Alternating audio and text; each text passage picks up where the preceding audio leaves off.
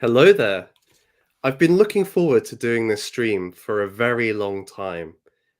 Ever since I did that stream with a couple of guys on the Lord of the Rings adaptations, whether they were good adaptations or not, it's been in the back of my mind. Let's do a stream on Star Wars. Let's analyze some of the themes within it.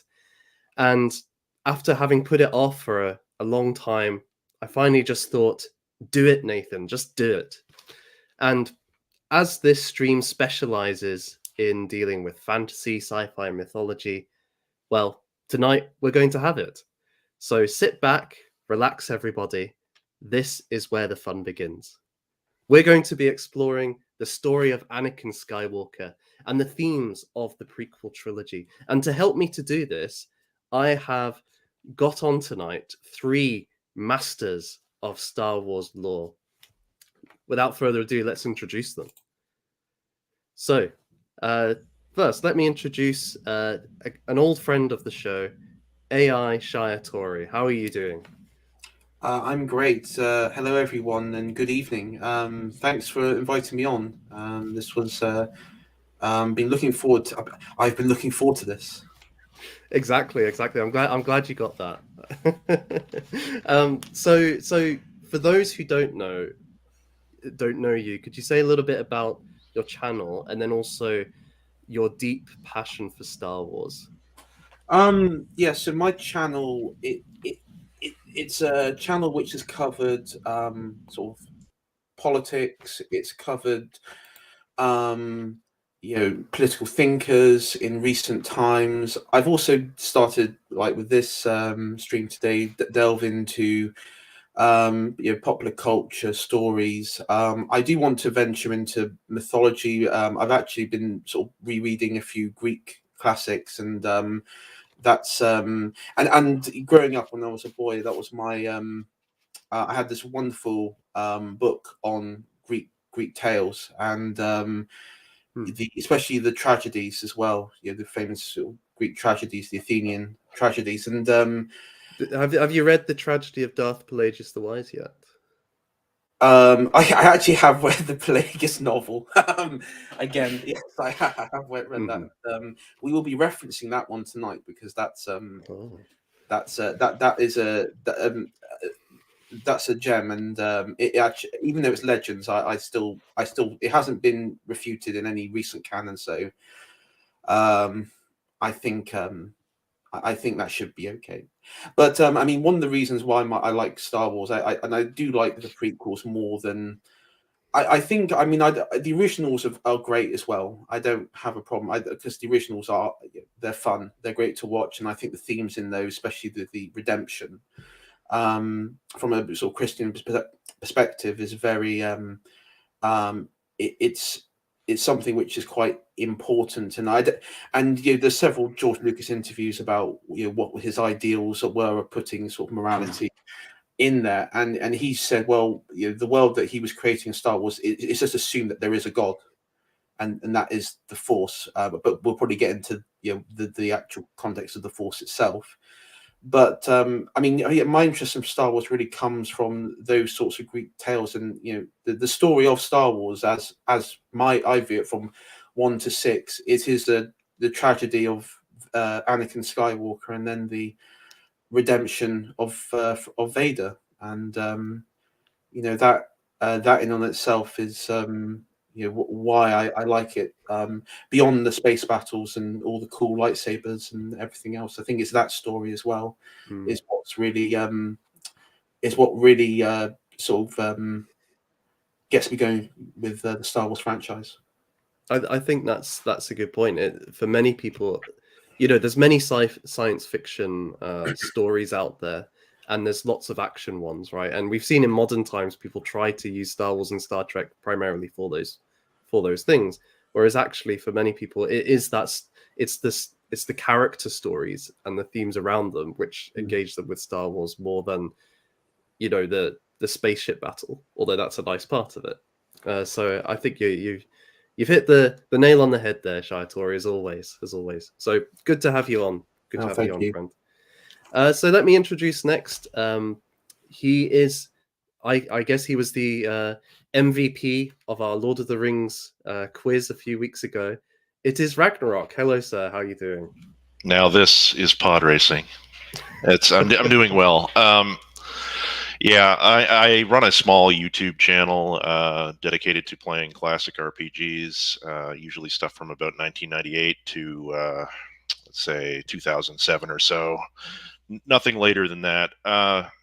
Star Wars been a big deal to me since I was about 7 or 8, and I saw the first original 3 movies with my uncle, and loved them ever since. Saw the prequels in the theaters from the time that they came out, and kind of my real love for it is centered around the Old Republic period, mostly with the 2 KOTOR games as well as the Tales of the Jedi comics in the expanded universe. When there was a lot of deep questions about the Force, the nature of the Force, how it relates to God, the divine, how there's kind of a theme of a cyclical theme that Star Wars can never truly end, and that's kind of interesting because there's there's hints of salvation throughout it, but it's not quite there because of just, I think, George Lucas, the way he wrote it, kind of, I don't want to say wrote himself into a corner, but he he sought out to create God in his own image, and he kind of wound up getting back to what it was. A lot of the themes that were true to begin with. And I don't know if he intended to do that, but yeah, it's interesting. That's my interest around it. And my channel is Rag Plays, in case you're looking for it. And you've actually played KOTOR on the channel, right? Yes, I have. Just recently finished it. It was quite a long run. It took me about 4 years to finish. That is dedication. Yeah, that's dedication. But you see, everybody, after this, just go ahead and watch. You've got 4 years worth of content waiting for you. You know? Yeah. Well, it's great. It's great to have you again, Ragnarok. Thank you. And finally, this is a debut on the channel. Hello, Connor McHugh. How are you doing, sir? Good. Thank you for having me. Oh, it's a real pleasure. We've been trying to work this out for a bit of time, so I'm really glad that it's happening now. Could you say a bit about your channel plot lines, and then maybe a bit about your interest in Star Wars? Yeah, so plot lines I cover culture, so all types of stories, as well as religion. I focus on Catholicism because that's my background. The flag gives it away, I think. Yes, definitely. So my focus or my interest in Star Wars really stems from growing up with the prequels, and just, I think I was drawn in by obviously the cool aspects of, laser swords and space battles and all that stuff, but really it eventually turned more into looking into Star Wars to see how it relates to my worldview. And there is such interesting elements of God in Star Wars, as well as the dark side and the light side, how, sort of what balance means and that sort of thing, because that's really, it's in some ways very confusing and left ambiguous what balance means. And then the Jedi, sort of Anakin being a very rebellious figure, is very interesting to me. He doesn't feel understood, and I think that's a quality that many humans find themselves feeling misunderstood, and it's easy to be caught up in, basically a murderous rampage because of it, and that's something very interesting I find about Star Wars. Yeah, that's a really good point. Especially, I think these days when we're seeing people struggling more with kind of losing a sense of home, losing a sense of culture, not really knowing who they are or what they're here for. Anakin kind of asks a lot of these questions as well of himself, and has to wrestle with that throughout the films. As you say, it ends in a murderous rampage. I hope most of the audience hasn't ended up in that point yet. We'll see by the end of the stream. But yeah, really good to have you, Connor. And I recommend everybody check out Connor's channel. Maybe you can have KOTOR 4 years on one screen, Connor's on the other screen. That will get you through to the next for the next while. So yeah, just in terms of starting the stream, then with Anakin Skywalker, I've kind of posed this question as the fall or rise of Anakin, and I've put it there, and I think we've already touched on this. There's a degree of ambiguity to the prequels, whereas I think the originals, there's a clear good versus evil storyline. The hero's journey in A New Hope, and then Luke's attempts to essentially bring Vader back to the light. In the prequels, it's all a bit murkier. It's all a bit unclear who are the real villains, who are the real heroes. Can our heroes become villains, and so on? And potentially, depending on your philosophical point of view, you might actually think that Anakin ends up rising rather than falling during the prequels. And it was, if only the Jedi hadn't got in the way, he would have ascended to some kind of Ubermensch. So I think to start with, I wanted to begin with the origins of Anakin. And it should be said that we're never given like clear kind of outlines as to the exact nature of it. I think that's important. In The Phantom Menace, Qui-Gon Jinn is trying to help the Queen of Naboo reach Coruscant, and they have to land on Tatooine because their ship needs spare parts. And while they're there, they meet a young Anakin Skywalker with his mother. And as it kind of emerges, Qui-Gon kind of discerns this boy's got something special about him, does a test on him, and discovers that he has what's called the highest midichlorian count of any living creature. We'll come back to that. And then it turns out a little bit later that Shmi, Anakin's mother, claims that he had no father, that he was, one day she was kind of pregnant. Qui-Gon infers from that he was conceived or a virgins from the Force. But we're never given any more kind of detailed information about it in the films, as far as I know. So that's kind of the bare minimum facts. Gentlemen, what do you make of this origin to Anakin Skywalker?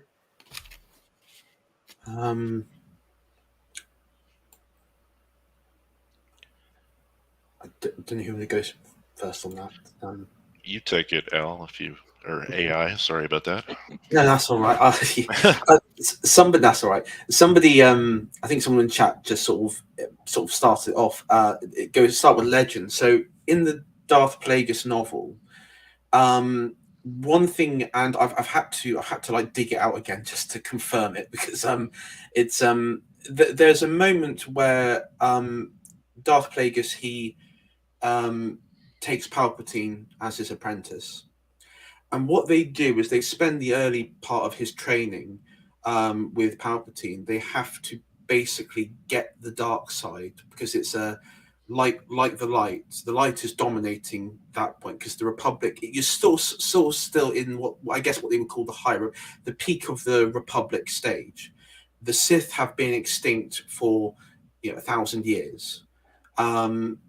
There's a whole bit of all the Sith temples, everything is either under the control of the Jedi or it's lost to the ages. And so what they have to do, the two Sith, is to reawaken the dark side energy. And they do this by there's almost like it's like a sort of like a blood sport ritual. It's really fascinating. They go on this planet and they sort of embellish themselves in all this dark side behaviors, sort of dark side powers, developing them. And at one point, Plagueis he goes to Tatooine, same as Palpatine, and this is where they perform like a ritualistic sort of style of creating division, because the idea is when spreading the dark side, it affects the emotions and the behaviors of all people in the galaxy. And so that was the belief. Now, at this point, they're both trying to understand the midichlorians and how to become invincible. It's not about creating life, it's about preserving their own lives, how they can use midichlorians to repair like internal bleeding and everything, or stuff like that. That's very much Plagueis's job at that point. And they really go to town on Tatooine with the dark side energy, and then they go. And there's a point when you, because towards the end of the novel, it sort of runs parallel. It runs parallel with the Phantom Menace. So what you see is, basically at the end, in the last few chapters, Dooku, who's like sort of still a Jedi, but he's sort of out of the Order, and he's talking with Palpatine, and they don't know each other, like that he's Palpatine is a Sith apprentice, but he says, oh, Qui-Gon's come back with this child claiming to be the chosen one, that he fought a Sith on Tatooine, and it's sort of like all talk of the Jedi Temple and everything. And they then, Plagueis then discovers that this boy they believe to be the chosen one, that he was born on Tatooine from sort of a miracle conception through the Force. And Plagueis sort of panics in this. He thinks, his first reaction is that, oh my God, this is the Force striking back. He even says the Force striking back, because in his mind, he believes the Force responded to the dark side, and they actually it responded by creating something to wreck the Sith's plan. Palpatine, on the other hand, he's a bit like what I would say Tony Blair about it. He's like, well, this isn't a problem. This is a possible solution we can sort of maintain. And yes, someone has said in chat there that Plagueis then tries to see the boy for himself. And he watches, Plagueis watches, I think first Plagueis goes to Palpatine's apartment. And when he goes there, Anakin's already left. He's already gone to the Jedi Temple for testing. And he has like a bit of a freak out with like one of the handmaids and everything, and storms out. And he then watches, as they're about to go to Naboo with Anakin, Qui-Gon and everything, he sort of watches from a distance.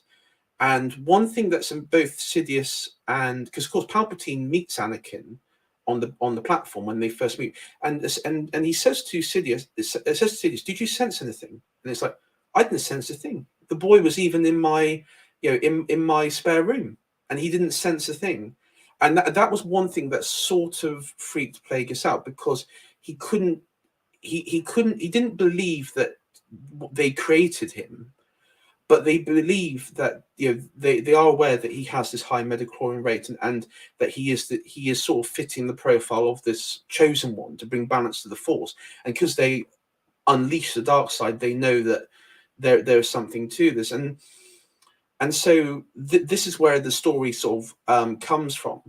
And I know, Nathan, you shared an image with me from one of the, I think it was one of the Vader comics. That's right. I'll get it up on screen in a second. Yeah. Yeah. Now, this Vader comic, Vader, if I remember correctly, he enters effectively the afterlife, or some sort of, I don't know if it's a world between worlds or afterlife. I don't know if any of you guys on there might be able, because I'm not, I haven't read this particular comic. I've sort of I know of it, but he enters. It's basically he's trying to bring back Padme from death, and he sees certain visions, and one of which you see Sidious appears to be manipulating Shmi Skywalker, who is pregnant, and it sort of insinuates that for many people reading it, it was like, oh, is Palpatine the father? Did he use the midichlorians to impregnate Shmi? But the author, because I was actually tracking down the sort of discussions online, and one of the authors from that said, actually, that's not what it was meant at all. In his mind, because he said he wouldn't explain what his original vision for this particular image was or what the meaning behind it was, but he said it's not literal. And there were a few people making other things. From my point of view, I think what's the meaning behind this is that even before Anakin was born, it's sort of referencing, before he was born, his destiny's already set, intertwined with the Sith. I think that's one of the references it's getting at, that, no matter what would happen, Palpatine would be that father figure, and it will ultimately, because he does become a father figure after Qui-Gon's death. And I know that there was an interview, I think, with Dave Filoni, who did like a great sort of breakdown in this roundtable discussion, saying how the Duel of Fates is actually between Qui-Gon and the Phantom Menace, which is Palpatine, as these two father figures. And if Qui-Gon was to survive, probably the event, the fall of the Anakin's journey wouldn't have happened in the way it did. But I mean, that's how I understand how I think that Anakin's conception probably was the living force, which is God, reacting to the attempts to conquer and influence the living force and cosmic force by the Sith and the dark side. And I think there was because the thing is, remember, it's about bringing balance. And I think the force was like, or the God aspect of the force was, well, this is out of balance. We're going to create the chosen one who's going to bring the balance back. And I think that's I think he was effectively was a virgin birth. I don't think the Sith had Palpatine or Plagueis had any direct role. I think they instigated the Anakin's birth in the way it happened, but I don't think it was. I don't think Palpatine's the father or anything.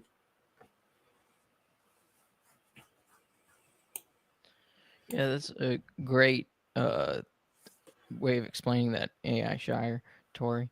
I agree. I never really thought of Palpatine as the father. I always thought that he just knew how to manipulate the situation, as no matter what came. But even Providence, or I see it as Providence, is no matter what the Palpatine was able to manipulate, he still really could not break the prophecy. He still could not get in the way of Anakin becoming, the chosen one. Yeah, I basically agree with everything that Shire Tori just said. Anakin Skywalker was the reaction that the Force made to Palpatine's attempt at tampering with the powers of life and death, the extension of life, whatever it was he was trying to do. I didn't read the Plagueis novels, but I was vaguely familiar with the comic panel that was just brought up, with Shmi's image being surrounded by Palpatine. An angle to think about with this is it might have just been a vision of the dark side, which, they're not reliable to begin with, first of all, because, manipulations and whatever else. It could have been projected from, any number of sources. I believe Palpatine had some sort of power to manipulate visions in the Force and things like that to allow the Jedi to see certain flashes of what he wants them to see, rather than the full picture. I know he had certain other abilities that he could cloud his presence and things like that to prevent them from knowing exactly what he was up to when he was right next to them. But in terms of Anakin Skywalker, I don't believe that there was any sort of I don't believe there was any Sith tampering there. I believe that was just the purity of the Force, bringing into being the the being that would bring about the downfall of the Sith, which is the Chosen One prophecy. Well, before we get to the Chosen One prophecy in particular, I think one thing that we ought to elucidate then, which is kind of critical to all of your perspectives, is what is the nature of the Force?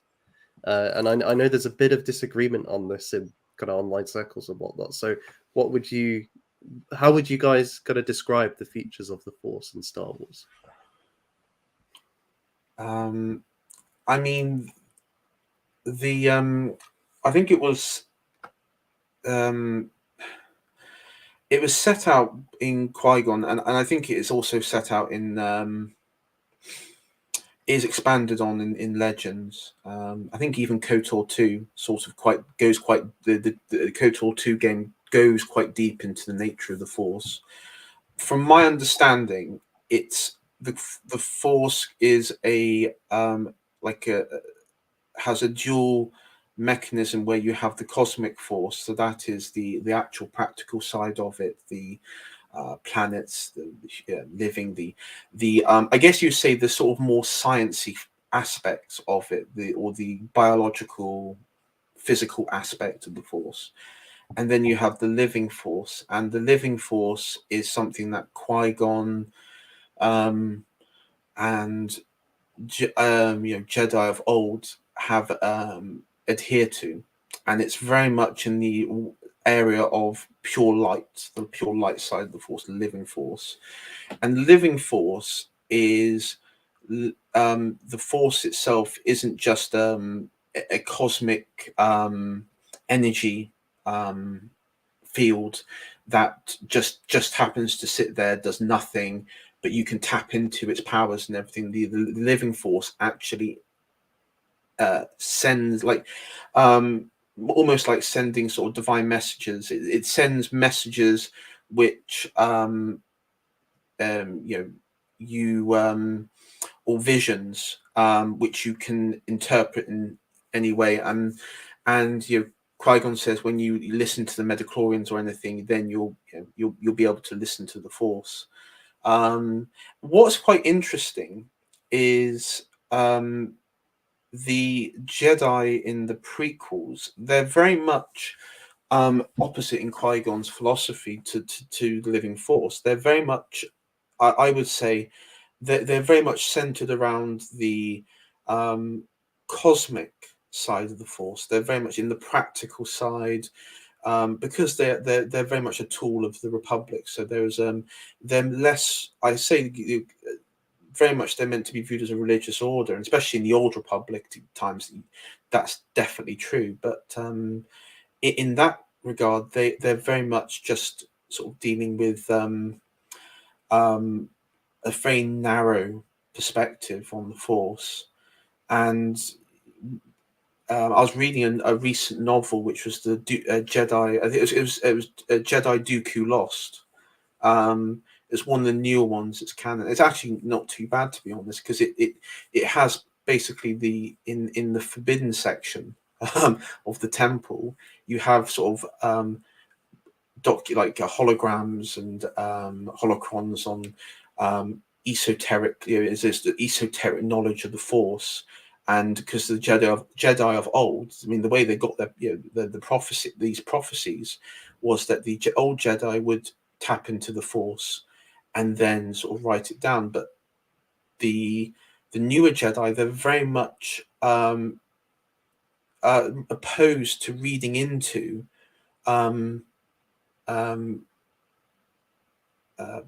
sort of prophetic visions.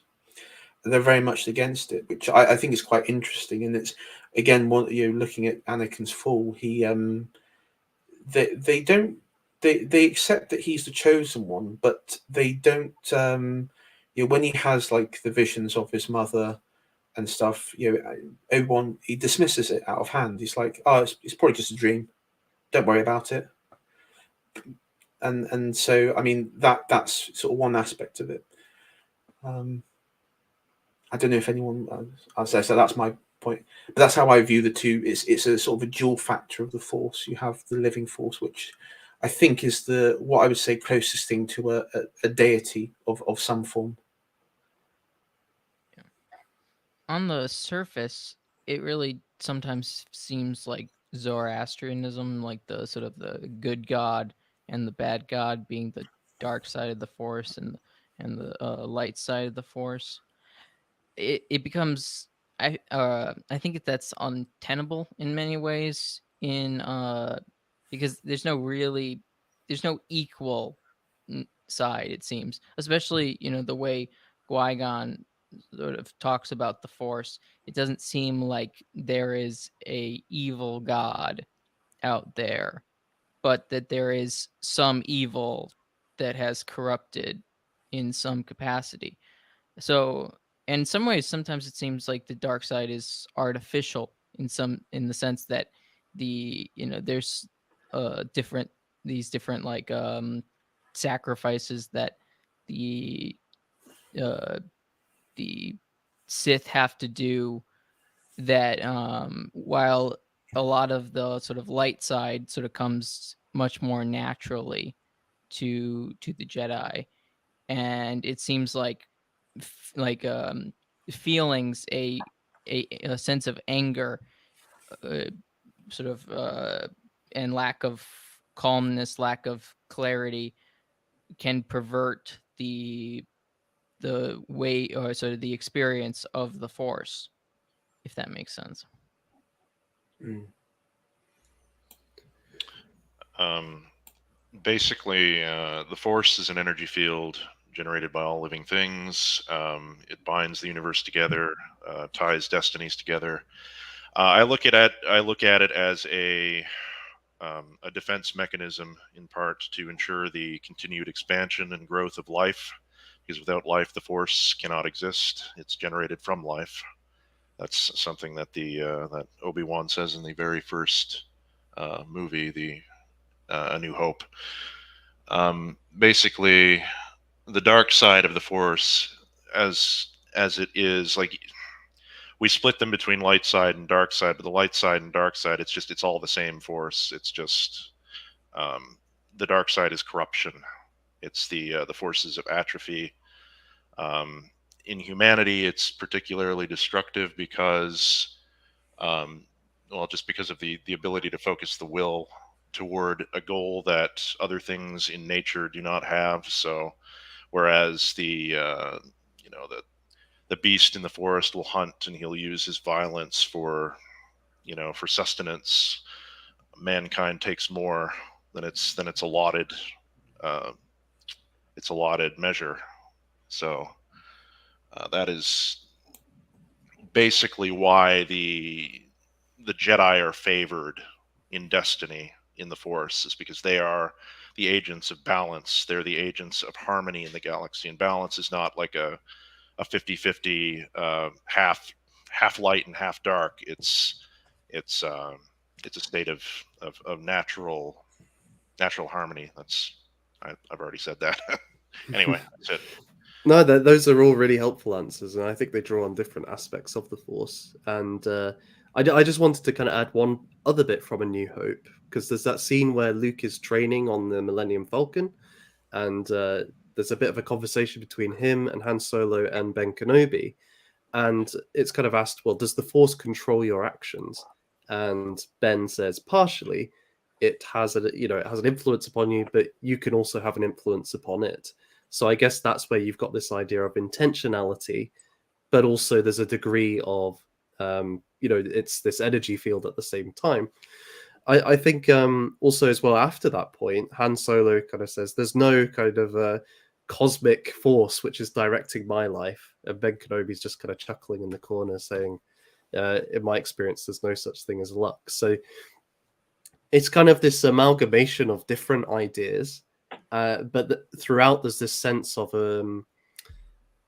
it's not just an energy field. It has you mentioned the word providence, Connor. It has a providential role in the Star Wars universe, which I think leads us on very nicely to what you were just kind of alluding to it, Ragnarok, with the idea of balance, with the prophecy of the chosen one, which at the Jedi Council meeting where Qui-Gon's presenting Anakin, he he discusses that he thinks he's the product of the Force. He's a vergence in the Force, and I think it's Mace Windu says you're referring to the prophecy of the Chosen One, who will bring balance to the Force. Now, again, I know this is a contested question. Ragnarok, you already alluded to maybe what your view is on what that means. So, what is the prophecy? What is Anakin meant to fulfill? Should I yeah. go? Yeah, go ahead, Ragnarok. Well, Lucas is pretty clear. He's stated this in multiple interviews. Basically, it's the destruction of the Sith as a force in the galaxy, as any sort of force that can affect things. That's not to say it's the destruction of the dark side or anything like that, or the destruction of even lesser dark side users, but the Sith especially represent a particular type of threat where they not only try to create virtue out of self-centeredness and that sort of thing, but that's not. Let me kind of rephrase that. They're not trying to excuse the deficiency. They're not merely trying to excuse the deficiencies of humanity to say that, okay, we're weak and we'll fall to lust and to our human weakness. They're trying to extol them as virtues. That's the difference. So the Sith as a philosophy cannot exist, and balance cannot be maintained. The Sith have a greater destructive potential that the forces of the universe, the replenishment of the universe, cannot cope with if left.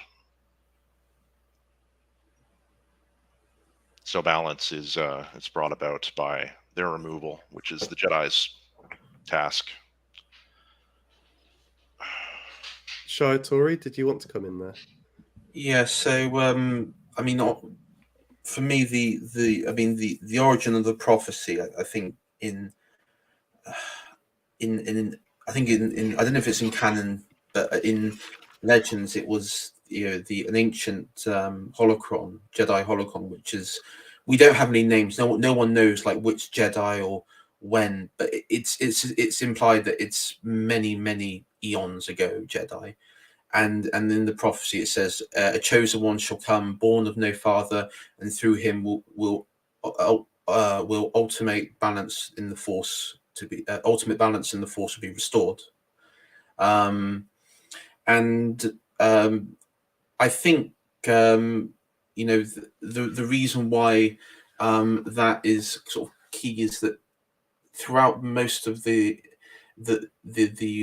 universe of Star Wars, there's always this conflict between the Jedi and the Sith, and in the Old Republic times, it was pitched military battles. I mean, the galaxy would be split between Sith and Jedi, and the Jedi would, or Mandalorians, but that's a separate thing. And the Jedi would, and the Republic would win.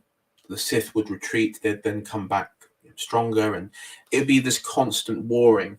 And when the Republic were able to defeat Khan's Brotherhood, but it was actually Bane that sort of wiped out the Sith for a purpose. But when the Jedi were basically the sole rulers, and the Republic were the sole rulers of the galaxy, and the Sith had in their mind what they thought had gone. The problem was that the Republic itself wasn't free from the dark side, because in the Bane novels, many of the Jedi still they sort of hold passion. They're very passionate, and to the point where they will engage in attachment-based relationships. One which is quite interesting was you had something which I think was quite fascinating. You had Jedis who had like their own little fiefdoms in certain parts of the galaxy, and say they'd have their own little land, they look after it. And after the Sith were defeated, there was these great reforms to demilitarize the Republic, to actually bring about this great age of prosperity and peace and all that. And one of the characters, I can't remember his name now. He's one of the sort of main characters in the Bane novels, but he doesn't want to give up his power. And this is something that sort of leads on to what I think, the problem was that the dark side was ever persistent because it was actually in the hearts of the Jedi at that time as well, because they had been so brutalized by war. And I think the prophecy itself was that Anakin, and we see this in episode 1, he knows no he knows no greed. He is kind of pure of heart, bearing in mind he grows up on a planet which is it's controlled by a crime syndicate. And he has there's that Watto as well, that like is his boss, right? Yeah. He grew up as well under the Hutts as well, because the Cardula the Hutt lost them to, in the card game or something, to Watto. So I mean he's known greed and what I would the worst aspects of sort of like we would call like the underbelly of society in the real world. He's been brought up in the sort of a crime-ridden underbelly society, but that hasn't even touched him. It hasn't touched his soul. It does touch his soul though when he joins the Jedi and he goes to Coruscant, and that's something we'll get onto in a bit, because I have an interesting theory about his downfall when it really started. But yes. Connor, go ahead.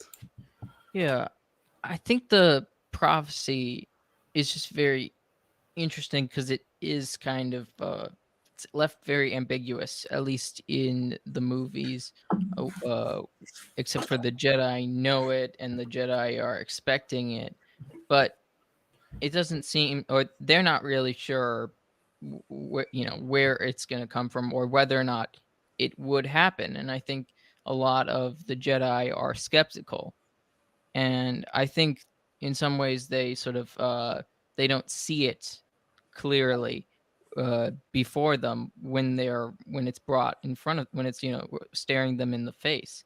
And I think that's the big downfall of the Jedi, is that they don't, in some ways they don't take the prophecy seriously.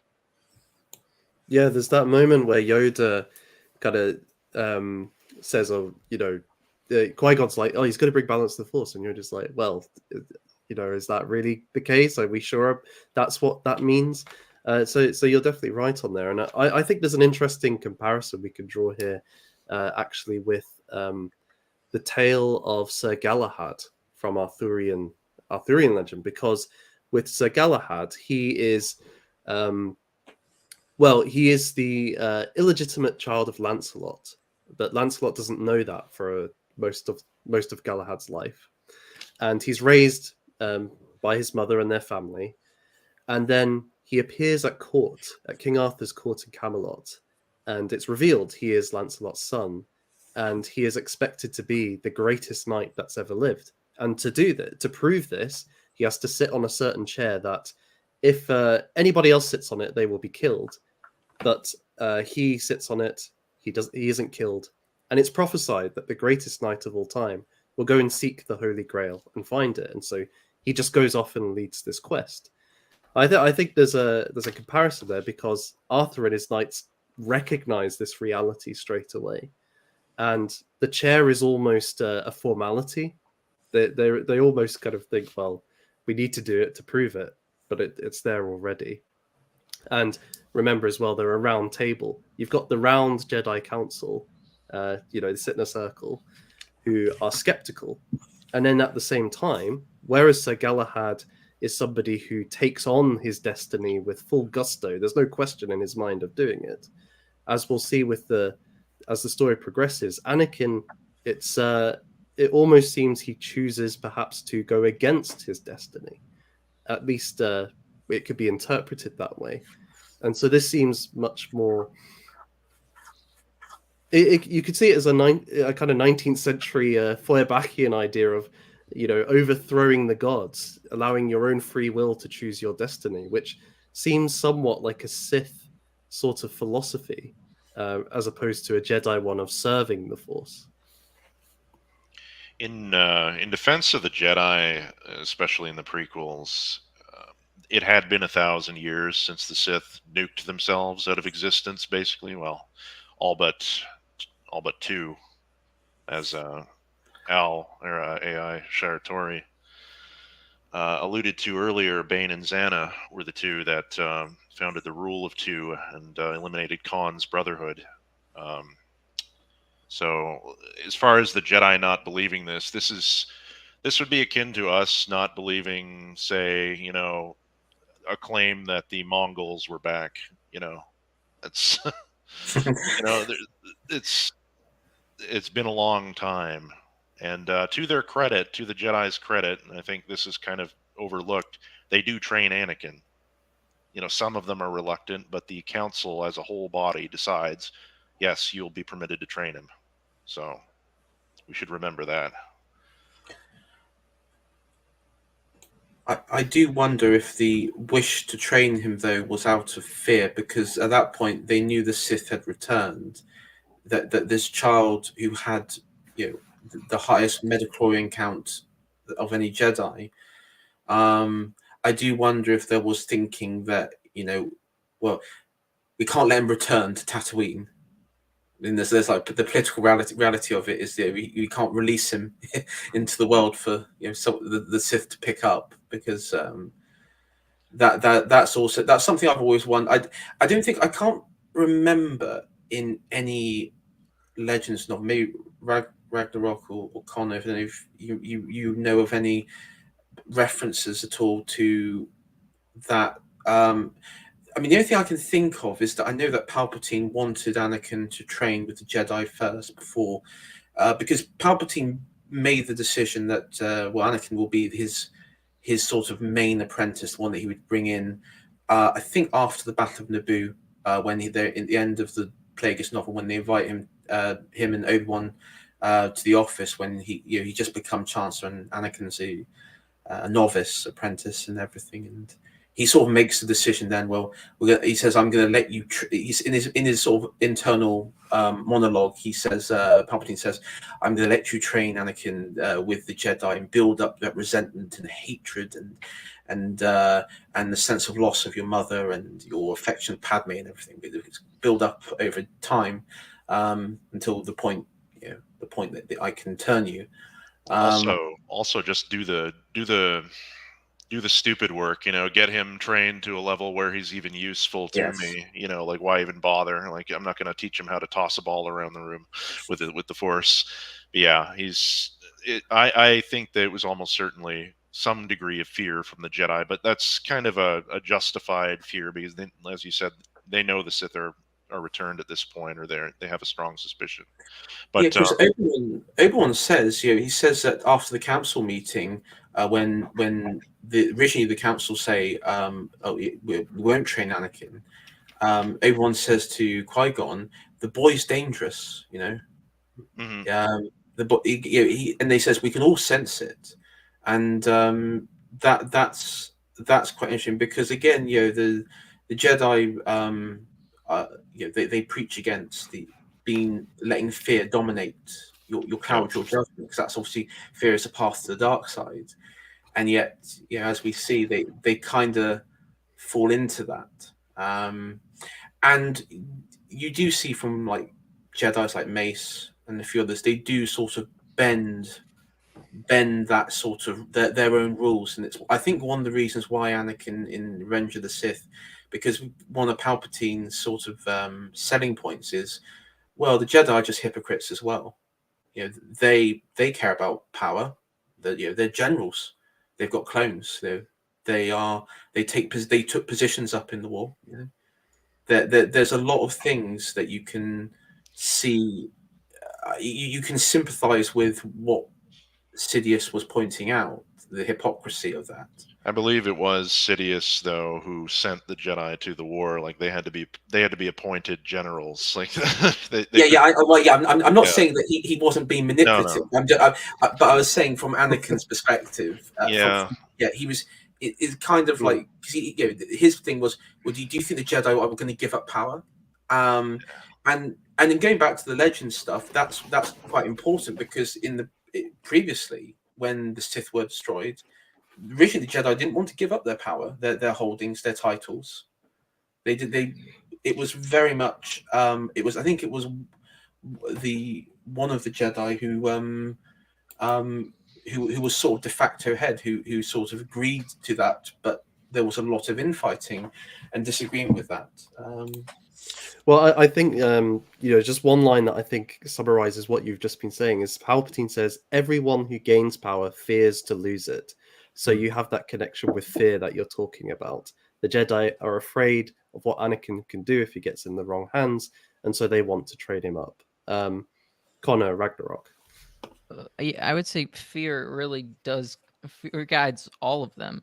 I mean, of course, fear is guiding Palpatine but he is using his fear and manipulating other people's fear so that he can sort of overcome them. But yeah, he is also he's giving the Jedi everything that could corrupt them. He's giving, at least that's how it's shown, is he's giving them the clone army. He's setting up them in a prominent position to fight these wars. In previously, they were mainly emissaries as sort of diplomats. I don't think diplomats are thought of very highly necessarily by many people.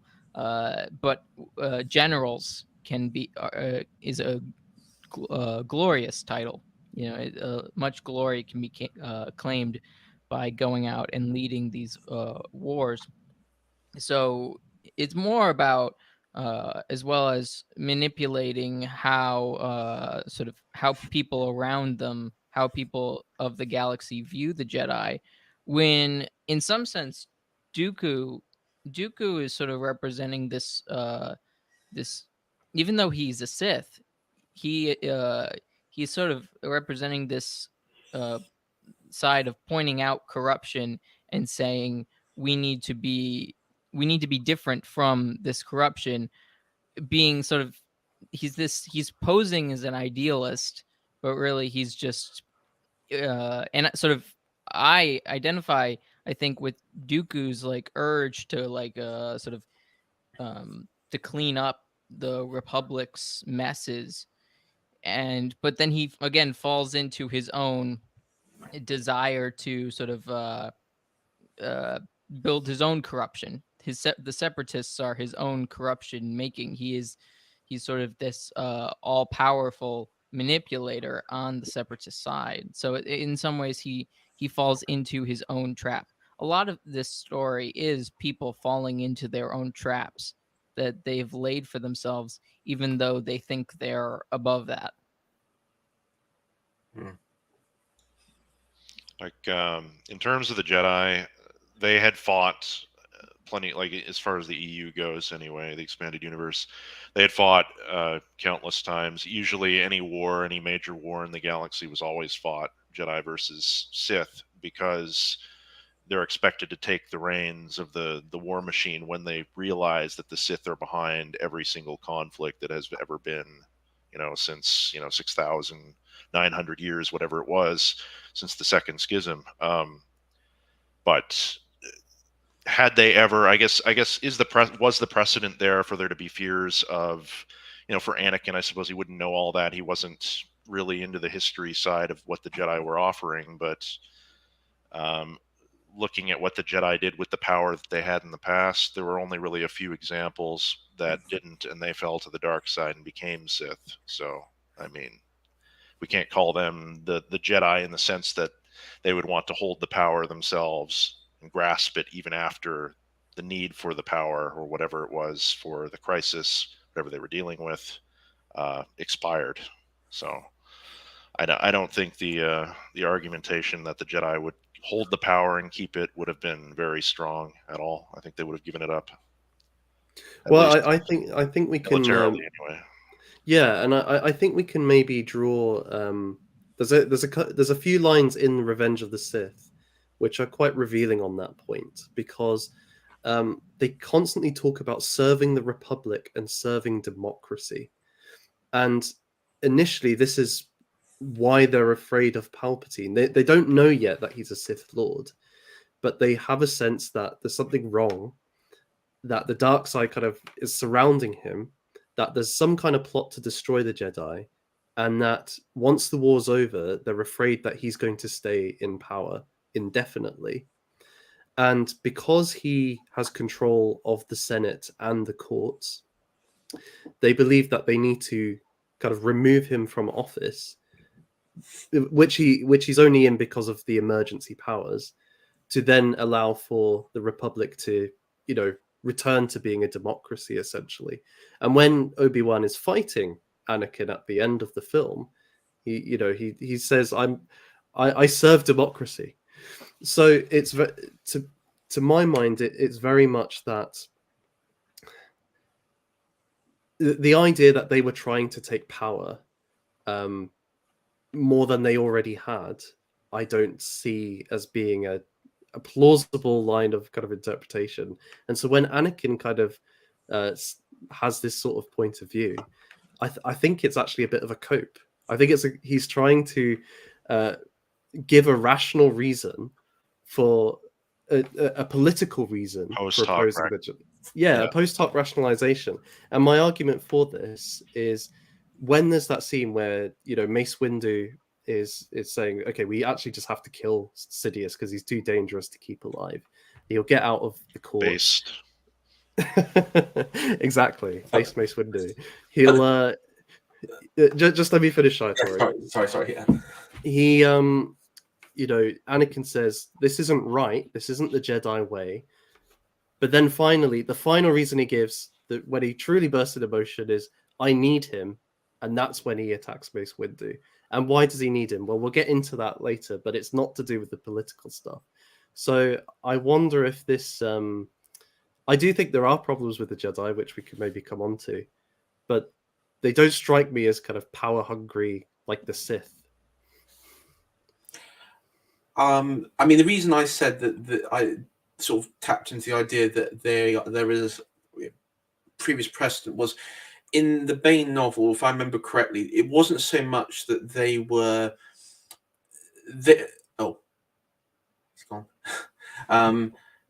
Yeah, from my understanding, it wasn't that they were so much power hungry, but it was that their actions led to them appearing to basically be power hungry. Their argument was, well, we need to keep hold of the fiefdoms.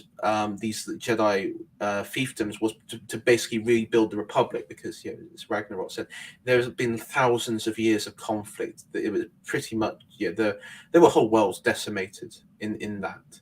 Coruscant was raided. There's actually a nice, if you after this stream, if people go over, type in stuff like from the Old Republic, you'll see Coruscant getting raided by the Sith, and the city's basically it's like turned into like Berlin 1945. So there's like a whole operation to rebuild that as well. But it's kind of like the path of good intentions and everything. I think. And it's not, though, like in the novels, they were actually being just sort of evil, power hungry. It was just that they, almost like the Ring of Power, in Lord of the Rings, is I can use it for good, and it's like I can use my position, bring justice for good, and it's like, but the thing they were saying, once you bend that one rule, it's like you go down that path of. And remember Anakin, his whole. Something like me, I was just thinking Attack of the Clones and everything, is that and he says at the end of Revenge of the Sith that he's there to bring justice and peace. And in the Plagueis novel, when he talks to Palpatine at the end, he says, I strive to bring justice to the Republic, and Obi-Wan sort of scolds him and says, but that's not your job, Anakin. your job is your responsibility is to be the defender of the Republic, to up and follow the will of the Force. And so I mean that's sort of something that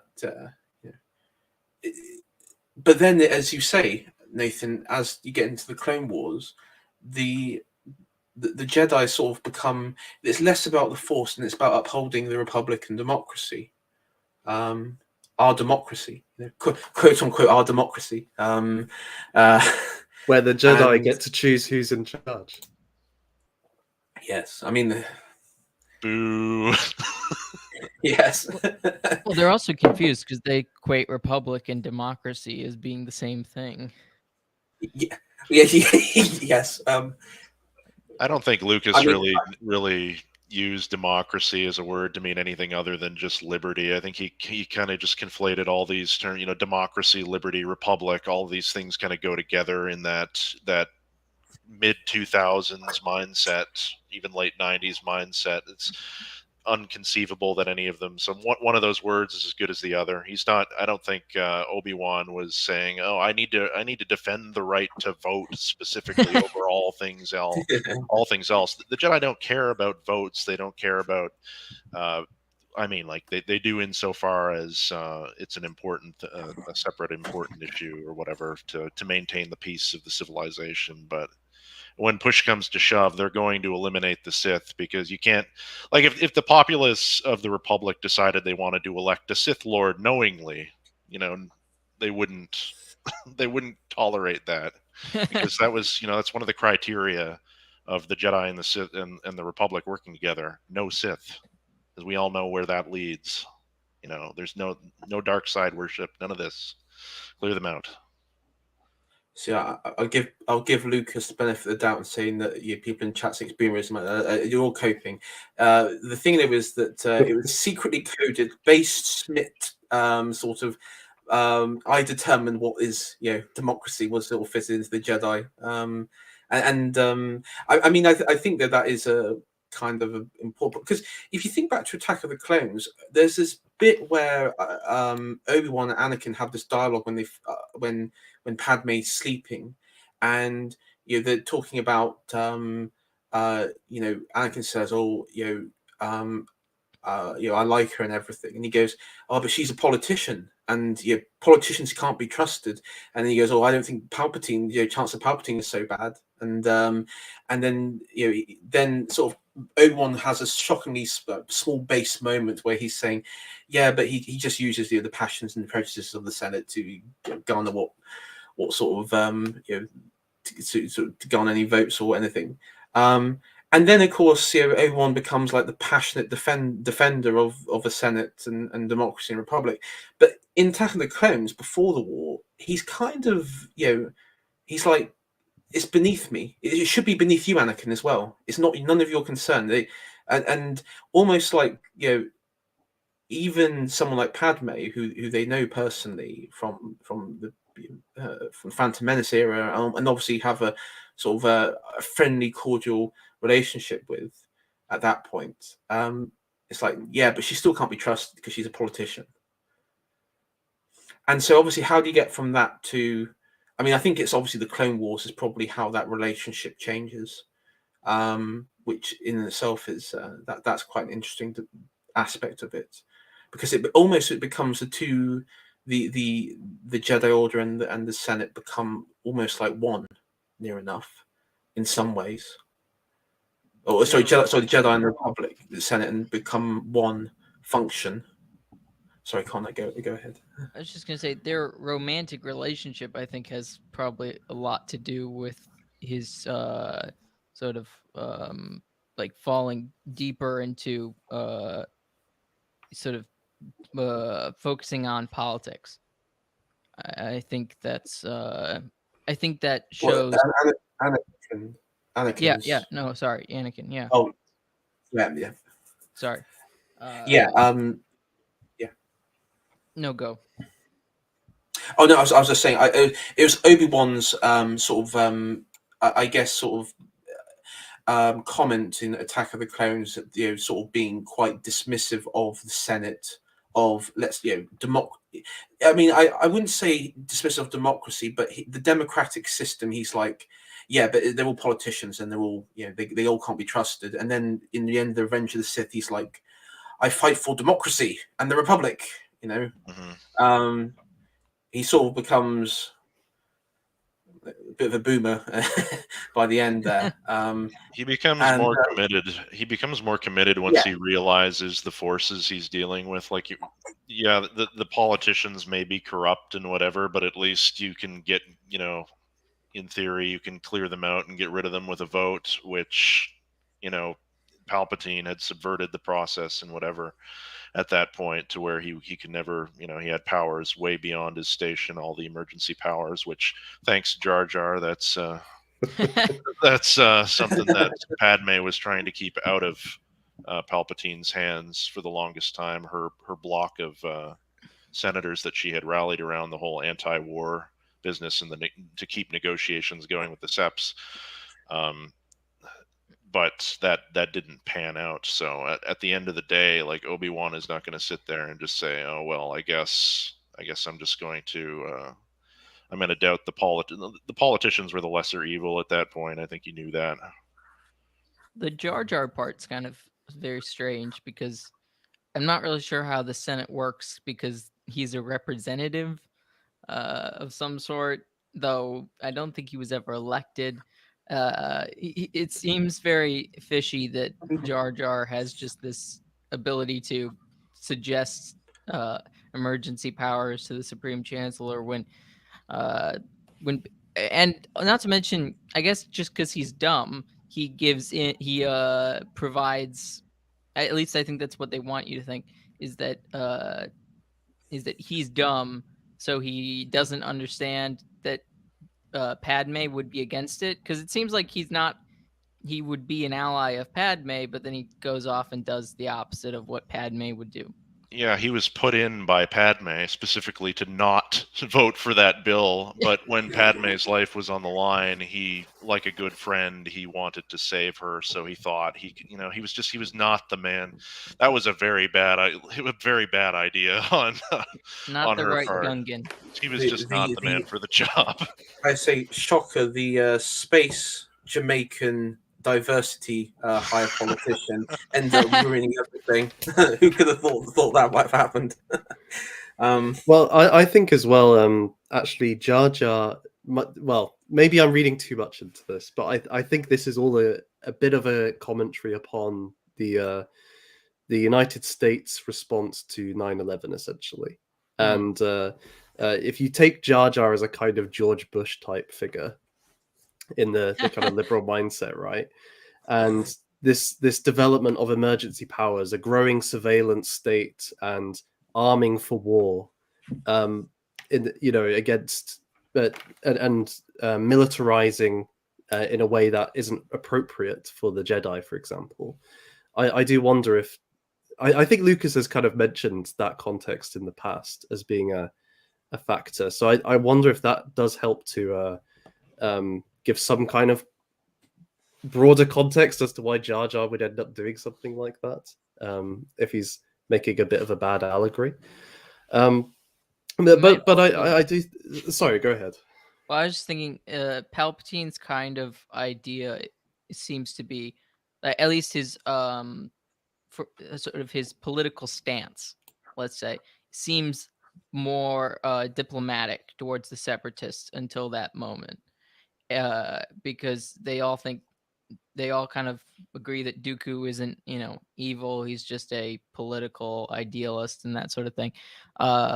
And I think it's also maybe a commentary on the two Democratic presidents, maybe, of World War I and World War II for the United States.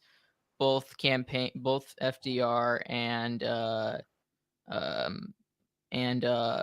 Woodrow Wilson campaigned on keeping the United States out of war, and both joined the war once there was once there was an excuse to do so. The World War I, the excuse was the overthrow of the Tsar. So Woodrow Wilson could say, basically, we're on the side of democracy. which I think is interesting in this context. And then Pearl Harbor was the the moment for World War II.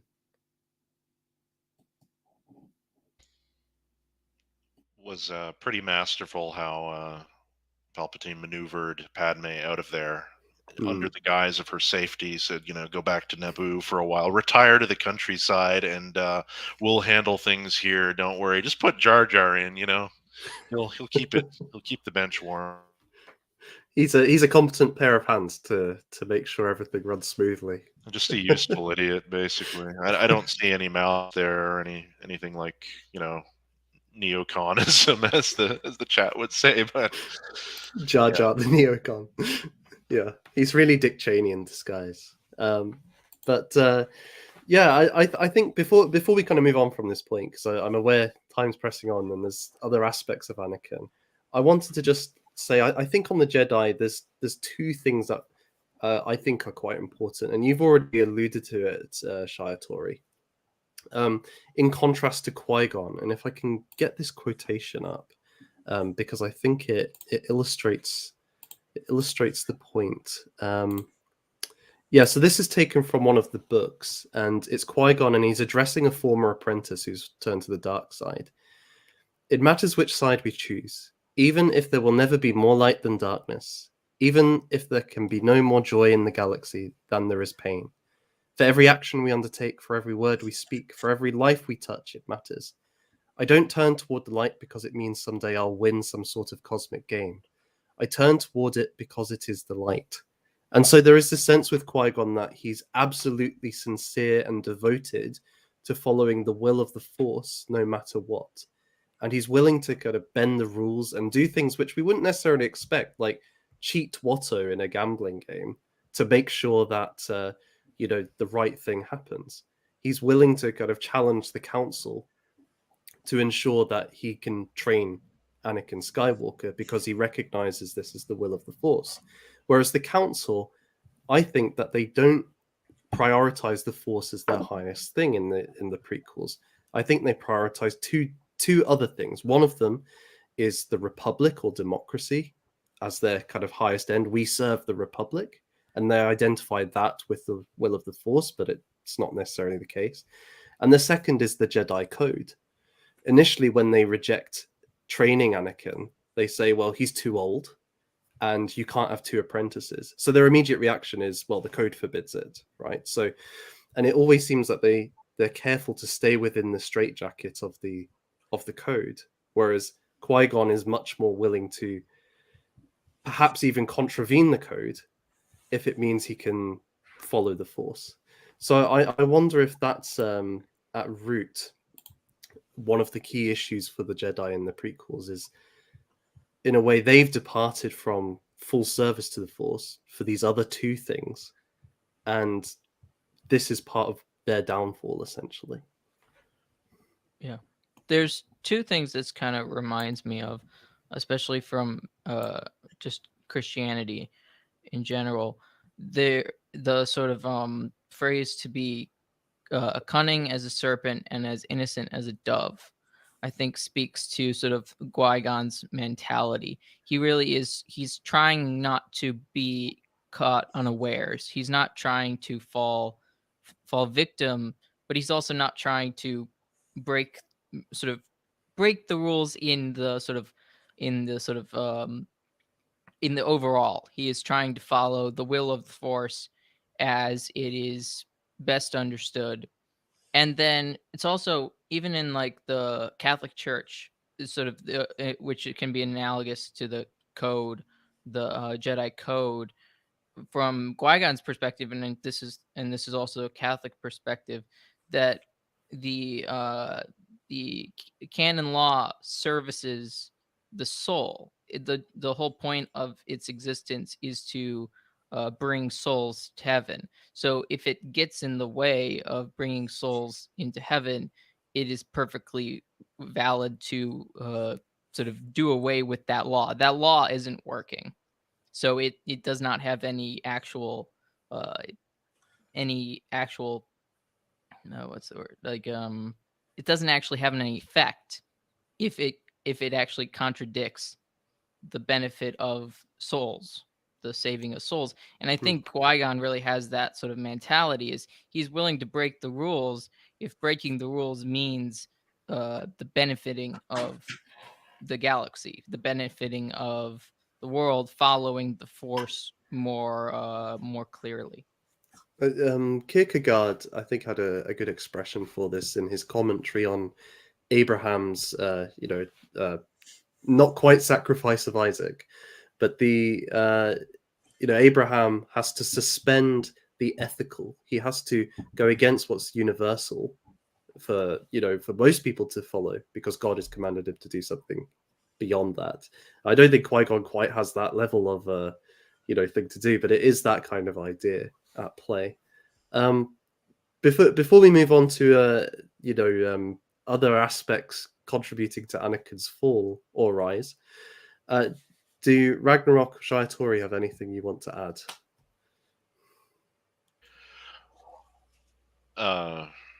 Shaitori, are you here? Yeah, I'm back. Yeah, I'm here. No, I was going to swiftly move on to the main reason Anakin fell or rises, Padme, the woman. Well, before that, Ragnarok, do you have anything else you wanted to add? Just that I think the dogmatic side of the Jedi, this point has been around since the mid 2000s. At least I remember reading it on forums that the Jedi are kind of stuck in their ways. They're stuck in the bracket of a rule. I just say it's probably important to remember that these rules didn't emerge in a vacuum, and that's something that people tend to forget. That, like the rule against falling in love, against romantic attachments, these were put into place because Jedi in the past had done so, and the consequences were dire, either not just for themselves but for their companions. Because when one goes to the dark side, the other tends to follow. So, and that can lead to all sorts of problems. But yeah, I sort of agree with the idea that it's a position from fear, and that tends to be not what the Jedi want to be focused on when there's more important things at stake. So they have to kind of balance that. But for the most part, they've sort of decided that there are a certain set of things that are just not worth the bother to allow in the Jedi. Like they just want clear of it. So that's my take on that. Yeah, I think that makes a lot of sense. And kind of moving kind of on with the concept of fear, when they test the young Anakin, the Jedi Council, they note that there's a lot of fear in him, and it's because he's afraid of losing his mother. And then, as we move on to, and that's initially why they decide not to train him. They give other reasons, but that's the root reason. And then when we come to Attack of the Clones, and I'll just kind of outline the kind of key plot points related to this, so that we can get to the kind of discussion of it. It transpires he has this kind of premonition that his mother's going to die. She's still in slavery on Tatooine. He returns to Tatooine too late. She has been killed by Tusken Raiders, and in a fit of rage, he kills the whole tribe. And he's a teenager at this point, and he's kind of, he hates them, but he's conflicted, and he feels absolutely guilty about it. Particularly guilty that he didn't save his mother from death. Then, during the Attack of the Clones, he begins a romantic relationship with Padme, who, from a young child, he's always kind of seen as this angelic, beautiful, pure creature in a world of darkness. And in the Revenge of the Sith, we discover that she's pregnant, and he starts to have premonitions. Again, he has a dream that she's going to die in childbirth, and he promises to save her, whatever the cost. That his new powers will achieve that. And it is through the film, Palpatine starts kind of teasing and eventually becoming more explicit with the idea that the Jedi cannot give him this power, but the Sith can train him from the Sith, he can learn the knowledge to save those you love from death. And so ultimately, when Palpatine could be killed by Mace Windu to protect the Republic. Anakin steps in, stops him, cuts off his arm. Palpatine throws him out the window, and essentially at that point, he's made his bed. He's one with Palpatine now. He's his apprentice. So it's this theme of, it's this terror of loss and this belief that he can, with his power, prevent the people he loves from dying, seems to be a really key driving force for all of Anakin's actions. Shia Tori, did you want to come in there? Yeah, I mean, the tragedy of Anakin Skywalker is the loss of women in his life. In many ways, it's the loss of his mother, the fear of losing Padme. I guess in the Clone Wars that there's also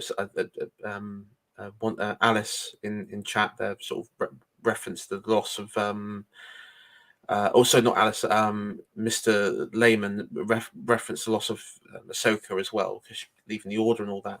But that there is that sense of loss, and not a loss, but also the fact that he failed, and that's something that I think was haunted him after that, after his mother's death in Attack of the Clones. I mean, what I find quite interesting, and from maybe this is George's storytelling. If you think about it with Phantom Menace, we don't meet Anakin. I think it's way over halfway through the film, and even at the start of Attack of the Clones, like in both those films, it sort of starts with Padme, and the sort of key narrative points is Padme. And if you were to watch it without any sort of knowledge of Star Wars at all, you might actually think she might be the main character or a main character in this. I know that George likes to do. He did this with the originals where he started it with Luke didn't appear until, was it like 30-40 minutes in or something. Was it 30 minutes in? Yeah, something like that. Luke didn't appear. I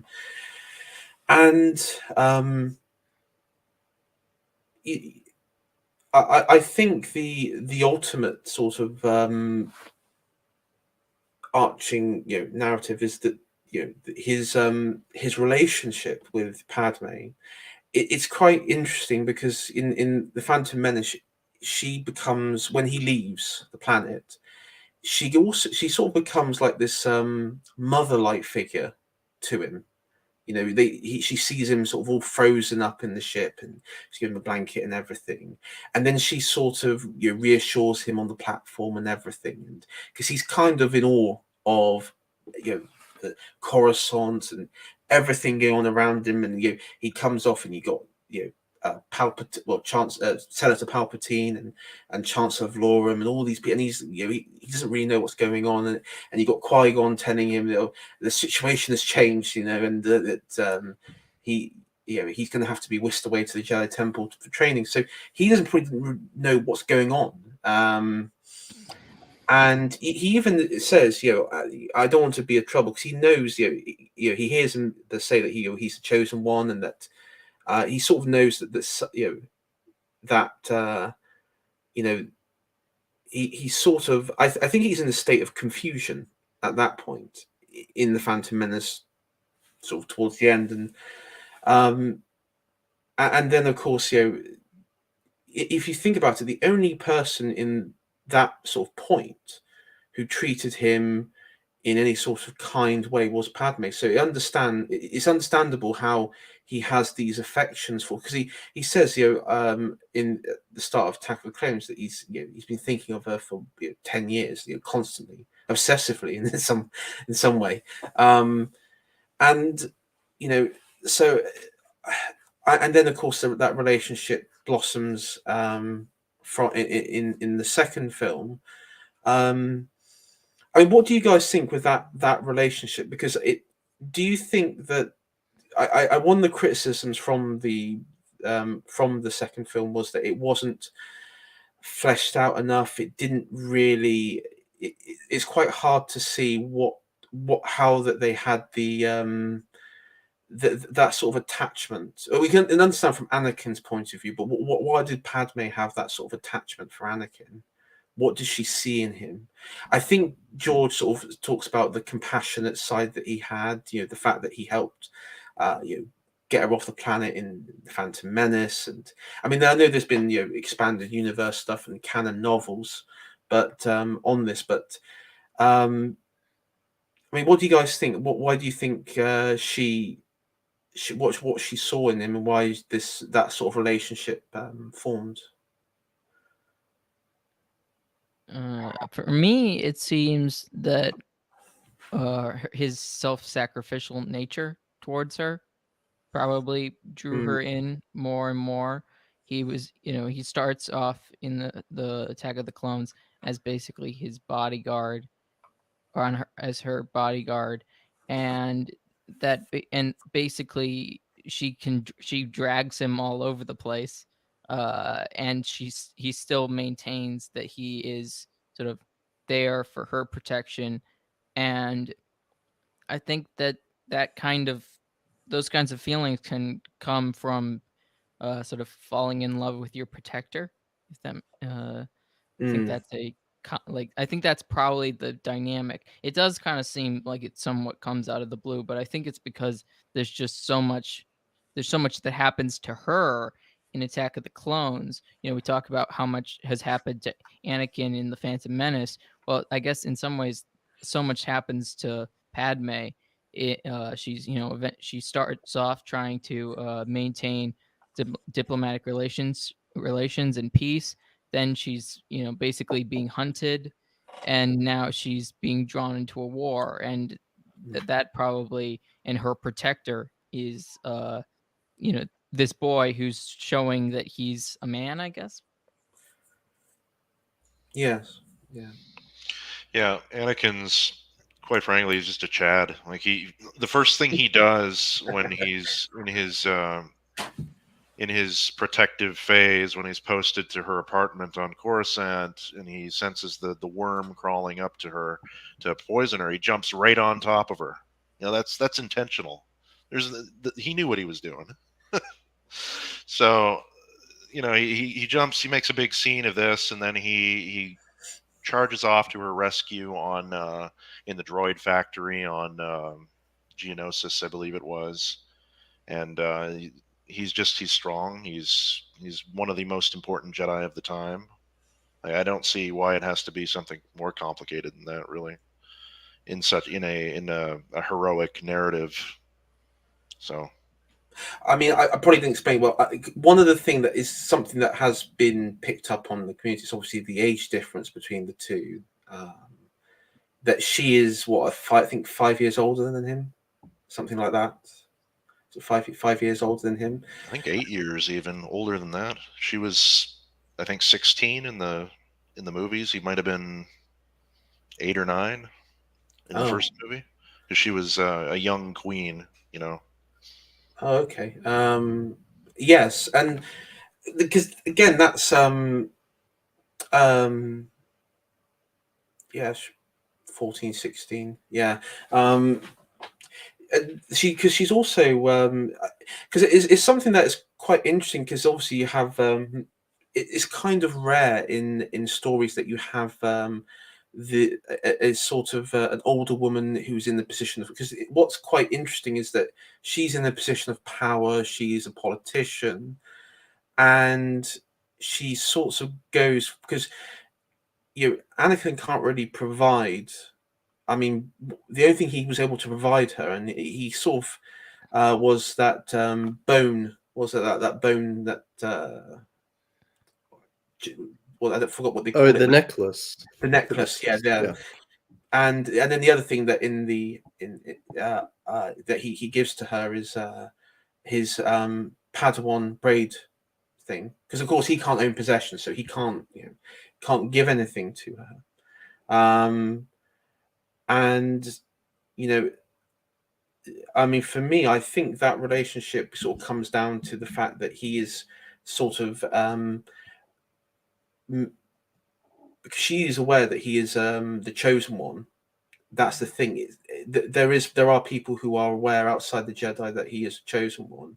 I mean, I'm going from some of the comics now, but they don't really understand what that means in sense in sort of the spiritual sense. But they are aware he's a chosen one. But I was just interested to see what you guys thought on that, because it's kind of like an unlikely relationship to form.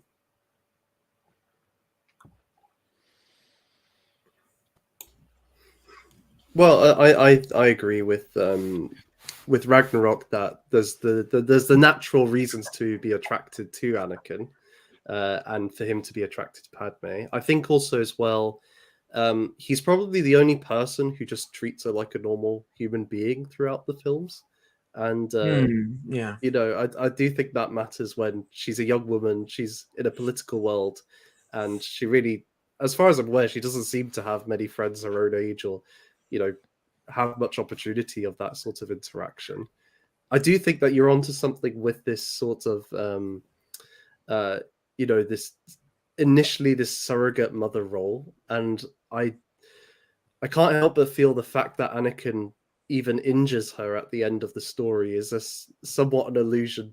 You could draw some kind of Oedipal illusions of tragedy and so on, accidentally killing your lover who turns out to be your mother, or whatever.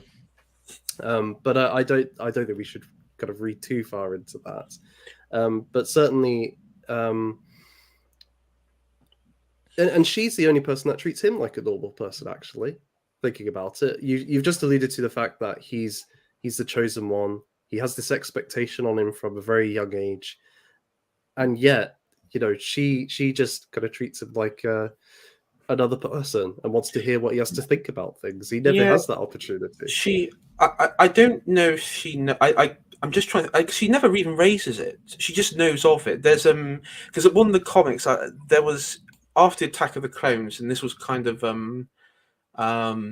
this was something that was raised by a few of the community, that after Dooku flees and Padme goes running in and sees Obi-Wan, and Anakin's just lost his arm, and you see, remember in the film, he goes running out, she runs over to him and sort of jumps and gives him a hug and all that sort of stuff, and you know, right in front of Yoda and Obi-Wan, and I think maybe that might have just been a continuity thing, but because obviously it was like um, people at the time was like, hold on a sec, that this is meant to be secret and all that, and you've just done it in front of like the two, like one, like the Grand Master who can see through everything, and so there was a whole bit of a comic where, you know, basically Yoda scolds Obi-Wan for, you know, like, what's going on here? You need to confront Padme about this and sort of see what's going on with this. But I mean, yeah.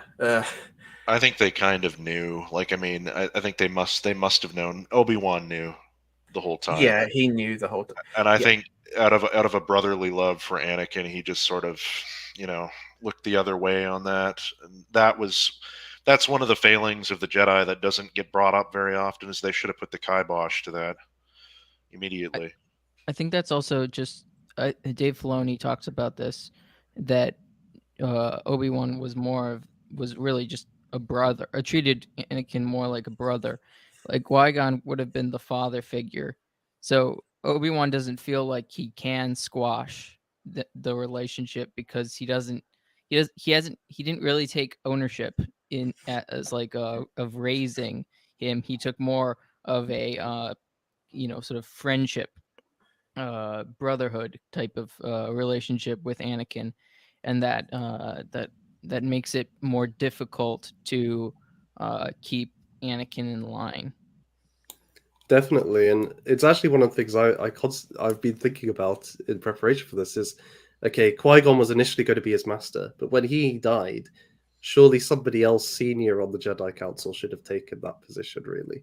When it's, you know, could be the chosen one, you're going to let some new Jedi Knight take the reins. I get the personal connection, and it kind of had to be there because of what's said in A New Hope about Kenobi being his Anakin's master, but it didn't quite hold up that bit for me.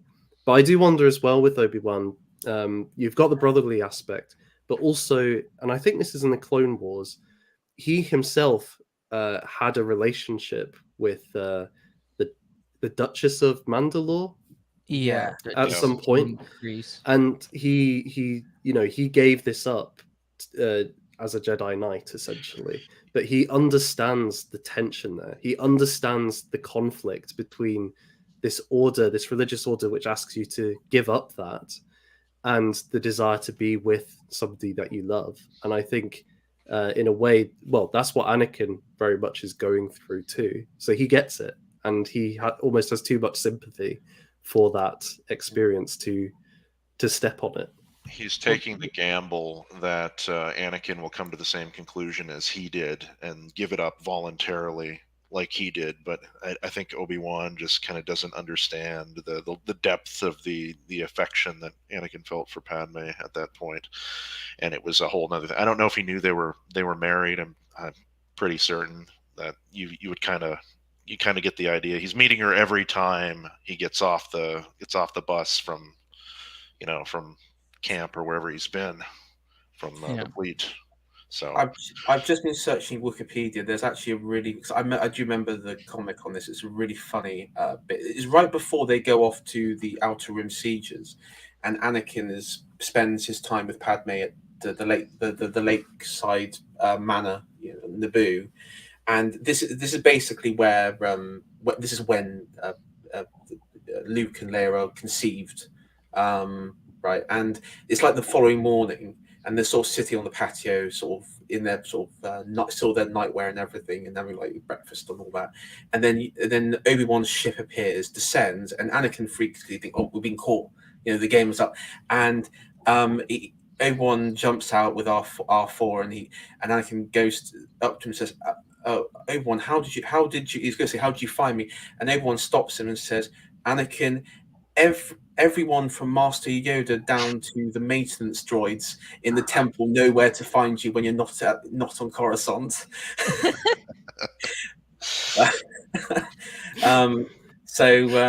Yeah, Chad Obi-Wan. I think that it sort of implies that there was like, I mean, obviously there would be like gossip in the Jedi Temple about that sort of stuff.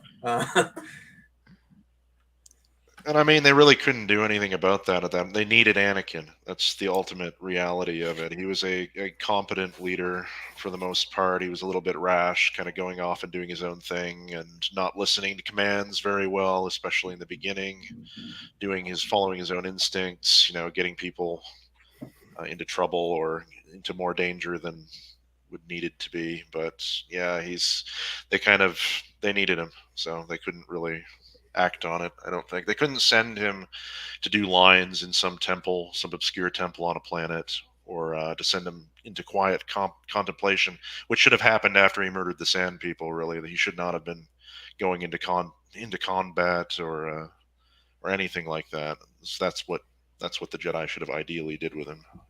Plus, he had the Chancellor basically being his patron. Yeah. That's true.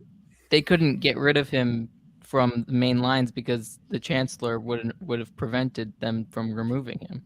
Mm-hmm. And we see great effort in the films, but also in the books and the comics.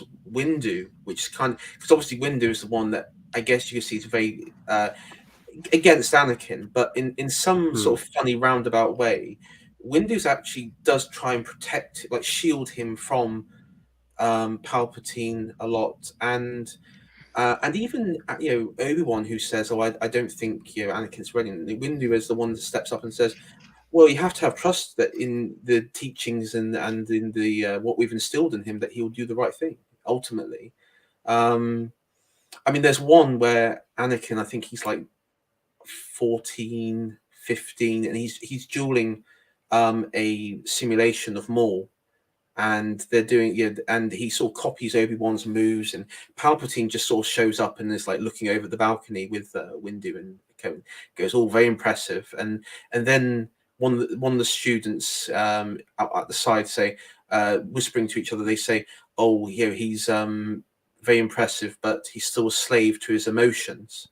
and Anakin only hears the word slave, like only a slave, and he uses the Force to grab their lightsaber, and then turns the lightsaber on in midair while it's like pointing at them, and he goes, how's this for a slave? And then sort of Obi-Wan and sort of jumps in and intervenes, and Anakin realizes, oh, what have I done? He sort of has like a bit of a dark side moment, and then Palpatine's like, oh yes, very impressive, and and then he says to Windu, send him to me as punishment. I sympathise with the boy because I was also a bit of a rascal when I was his age, and I'll straighten him out. And that's one part. That's one sort of like the. And then Windu's really dead against it. He says, well, no, this is Obi-Wan's duty to sort of punish him. We don't need, and then sort of Palpatine, I think, pulls rank and says, well, I am the Supreme Chancellor, so I can't rank you on this one. I wonder though if we could maybe see that there's a fundamental flaw in the Jedi philosophy as well that could be contributing to this, because, and it's been alluded to already, this idea that you have to cut off all attachments, and this is Yoda's advice essentially when Anakin comes to him in Revenge of the Sith, essentially saying, "I'm having dreams that somebody I care about is going to die. What should I do? Let go." Lose all of these attachments. It's natural, and there's an important part there which is saying, well, death is a natural part of life, and Anakin's desire to prevent death at all costs is deeply unnatural, which is quite interesting given the sort of therapeutic health state we live in today. But on the other hand, they seem to see certain emotions like anger as necessarily evil, that there can't be a good form of anger. And I wonder if this sort of repression of anger and also kind of romantic love means that it's never channeled in a maybe a moderate or between the bounds of deficiency and excess. And so when it does burst forth, Anakin's unable to control it because he's never trained himself to really have anger in a good way. So that's, to me, seems an issue with the Jedi philosophy, which lends itself to this sort of behavior that we see with Anakin. It's an issue with the nature of the Force. There's some element of compulsion, not entirely, but the Force speeds you towards certain ends, amplifies the emotions. Anakin had dealt with anger before. Like he dealt with Sebulba relatively well. He kept his cool there when he was beating on Jar Jar or whatever, and they exchanged words and they went about their way. That was when he was a 9-year-old boy. But Anakin kind of loses control the more he goes into the Force. The more these emotions, these human emotions, are having a negative effect on him, and that's something that really can't be. I don't think any amount of training, at least for anger. For love, there's an idea that you could give this up, right? Obi-Wan did this. He was capable of being in love, but when the time was come, you don't sacrifice everything and you don't betray your friends over this. But yeah, I don't know about. I don't think moderation, at least with Star Wars, it works particularly well, just because the nature of the dark side is kind of insidious that way. It has a pull to it. It also plays with the whole story of Star Wars, is that Padme says to Anakin, don't the Jedi forbid love? Because of course for her, she's very much part of her character is that she's this compassionate, she's very much loving character in the sense that's sort of what drives her in her both personal and political life for others, friends, and all that. And so she sort of assumes that the Jedi are quite cold in their, they're quite a cold sort of people, which is not totally inaccurate because they have to be. Yoda, they have to be cold. It's not, but of course Anakin sort of clarifies the point. Well, they are promoted for compassion, but it can't be for themselves. Now the Sith, on the other hand, it's kind of the compassion and that sort of aspect of love and everything. Well, that's acceptable because that for them, that is acceptable for themselves. But of course, the Jedi take the position that, well, we can promote it for others, but for us, we can't, because we have to set ourselves above for a higher purpose, because the Force does have a unique effect on us. I think, though, I mean, this goes back to the flaw of the Jedi, is ultimately that they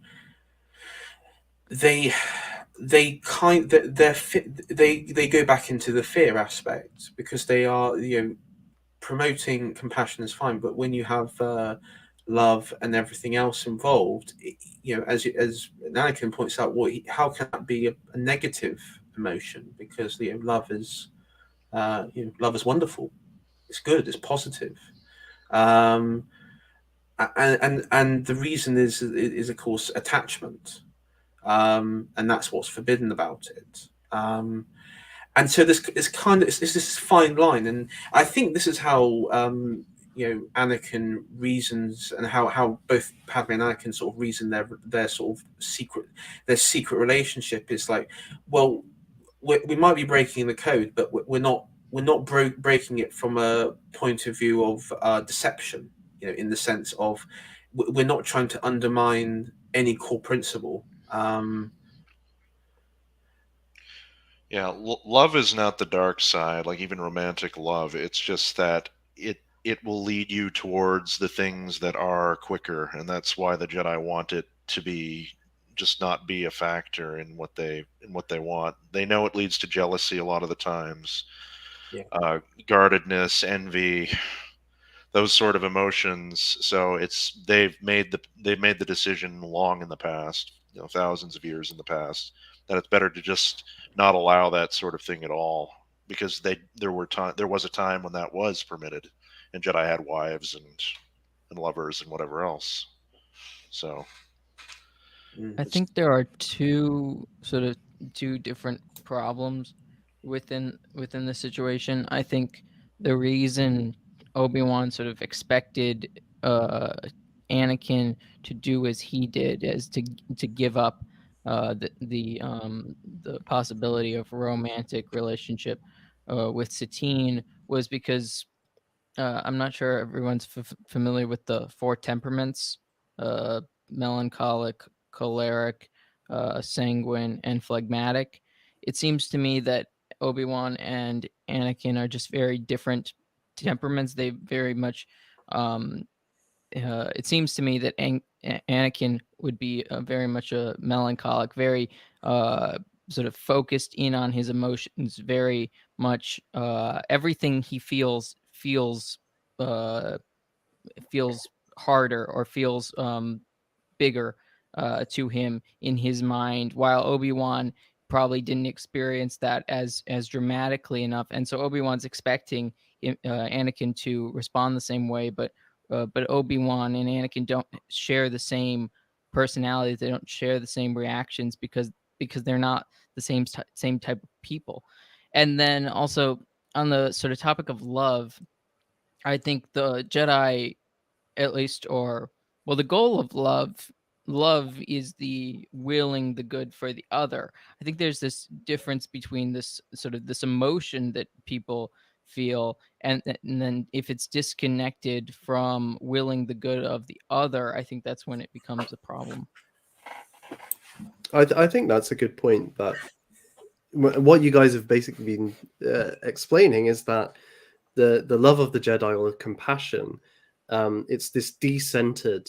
It doesn't have prejudice in it, and by that I mean it's not prejudice to a specific relationship. It's not putting one person who you're closer to, whether that's family or a lover or something, above the needs of somebody else. It tries to seek the good of all people within the galaxy, in theory. Whereas if you have that personal relationship, which tended to be the kind of structure of societies prior to the modern age, really. So like your tribe or your clan, that's what guides your moral principles. That's what you have an obligation to them above other people. whereas in the kind of modern liberal world, we're to have an obligation to humanity in general. So I do think that's an interesting distinction there to be drawn. I don't know if that's it's possible for the Jedi because they're a monastic order, I suppose, right? They're supposed to be like monks.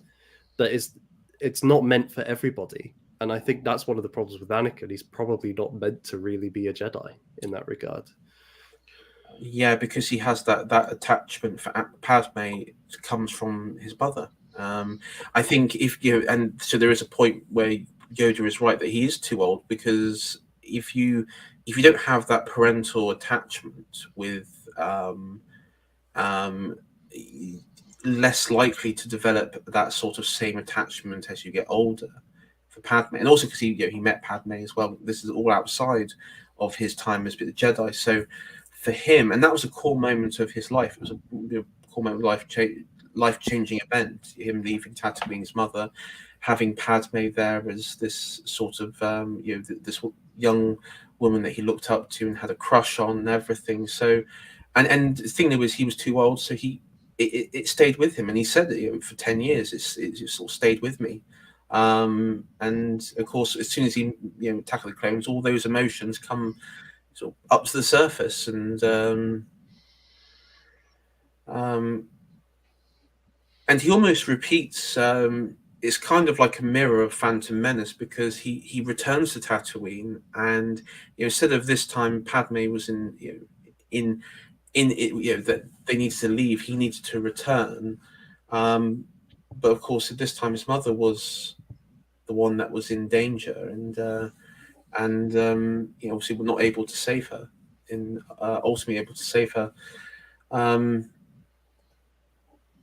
And Padme gets to see his full emotion in the sort of when he's at that workbench, and that he says, "What was it? I'll be the most powerful Jedi ever," and that he's kind of it's a frustration that he believes that. And I think this is a dissatisfaction because he was a slave on Tatooine, but he still feels like a bit of a slave to the Jedi.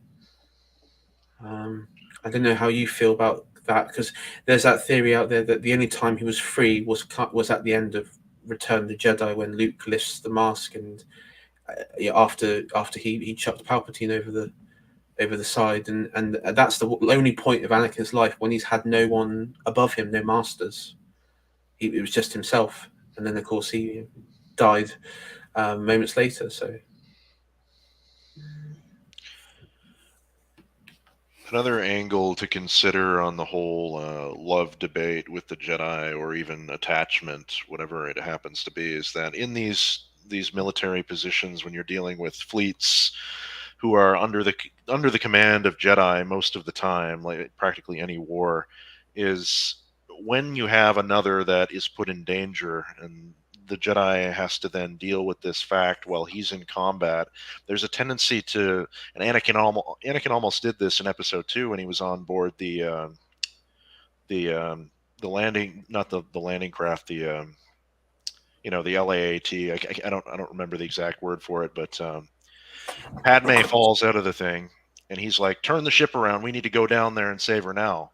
The only reason why he was prevented from doing that is because Obi-Wan was also there to stop him from doing that. There's no situation where the men on board his craft could have denied his will. So if there was some military concern or whatever it happened to be, and a Jedi wanted to do one thing that was not in accordance with what needed to be done out of this emotional attachment, nobody could stop him. Nobody. Unless it was another Jedi on board or present. You're dealing with people with superpowers that you can't reason with them when they're in that state. They'll do whatever they want. So yeah, I can see that. It's a safeguard essentially to the abuse of the power that they could wield, and the partiality that would come into play with attachments essentially. Yeah, they have to kind of be careful with that. Mm-hmm. I want to just kind of bring a final kind of theme in, because I'm aware that we've probably got about 15-20 minutes left, and I think it will tie in a bit with what you were saying, Shiatori, which is, we've been saying that Anakin was somebody who struggled a lot with his emotions, struggled with the imposition of order or rules by the Jedi, in conflict with how he felt about Padme, how he felt about the world, how he felt about action, and what he wanted to do to change things.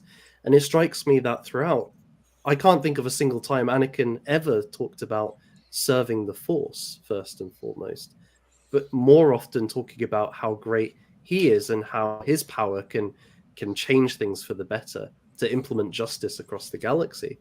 And in a way, this is very emblematic of Palpatine himself, who really, the story of the prequels is his ability to impose his will upon his allies and his enemies to his benefit. He's literally running two sides of a war from on high, right? And so you can see everything is essentially his instrument to becoming the emperor and forming the Galactic Empire. I think Tolkien wrote this essay which is in Morgoth's Ring, about the nature of evil, and he distinguishes between Sauron's, which is a desire to dominate minds and wills, which I think we see with Palpatine, with his attempts to turn Luke, right?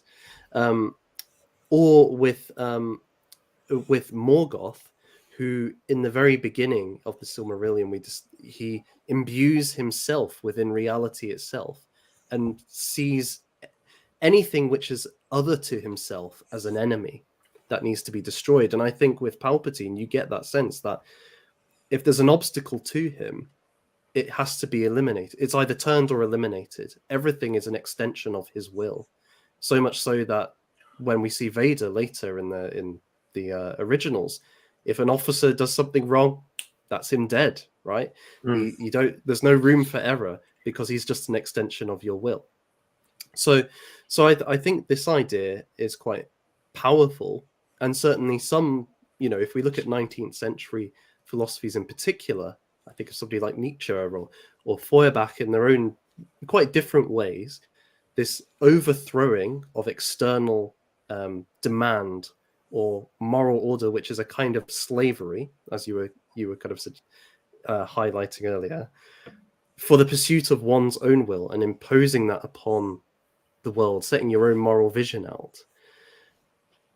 That's why I put this question of, is it a fall or a rise when Anakin turns to the dark side? Because for the first time, he's truly being authentic and seeking to impose his will upon the universe. So sort of might go into the great. I guess I'll go into the great man bit briefly. Go for it. So, in the Carlian sense, I think. Have you heard? I imagine you've all heard. All of you heard the term, like the sort of cleansing fire. Something like Edward. So, take someone like Cromwell, and this was something which Carlyle was able to, I guess. I wouldn't say revise, but he was able to look at Cromwell in a different way, because of course he's very much in England. Cromwell's seen as a villain and everything, for multiple reasons, from the monarchists, from Republicans, cringe people who love democracy and all that. He's seen as a very negative impact. But there's this sense that in that sort of thing, that he was necessary for that time, because the problem was the politicians, the people in positions of power were ultimately that they were just degenerate and corrupt. And the problem is, and so the reason why I have a more positive view of Cromwell is I can simply sympathize in that regard, why actions were taken like that. And you can look at Napoleon, and as well, you can sort of draw a distinction then. I think Carlyle just draws a distinction with the court of the king's afraid, the late court, and how it became very inward, almost like the Jedi. Actually, it became very inward looking, and it was like internal politics and everything playing, and they sort of were not focusing on what was going on outside around them. And I think with Anakin and Palpatine is in some sort of twisted way, and maybe we the divine providence of the Force, it was necessary for Palpatine to become a Sith Lord and to rise to the position he was, and it was necessary for Order 66 and all that sort of barbaric events to take place, the slaughter, the killings, the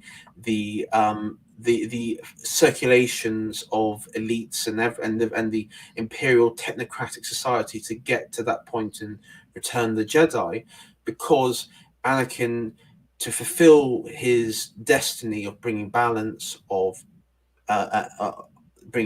everything, he had to be that sort of cleansing fire, to wipe out that corrupting nature, not just on the dark side, but also that of the Republic, of the and those sorts of systems that existed. And so, I mean, that's something I've sort of been thinking about. I mean, I know we joke about Palpatine being based and everything against democracy, but the funny thing is, Revenge of the Sith is, I mean, Palpatine doesn't necessarily. He wraps sort of truth up in lies, or lies up in truth, however you like to sort of phrase it. He's not necessarily, what he's saying is wrong, because he does, he knows the Jedi Council don't want Anakin to spy on him. And watching it, because you're watching Revenge of the Sith from Anakin's point of view, largely, it's all from Anakin's point of view.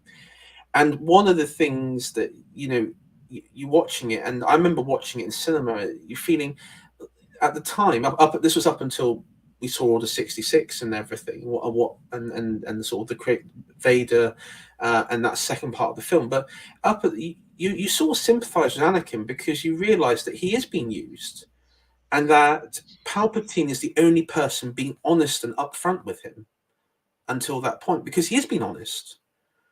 And so, I mean, yeah, that's sort of my sort of point of it. I think there was like a necessary, everything that had to happen for for a reason. I think the Force, the living Force, the sort of divine aspect of the Force, understood that.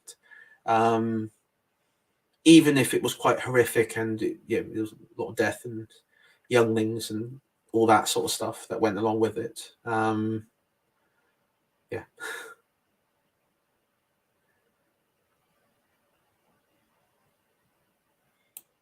Ragnarok, Connor, any thoughts?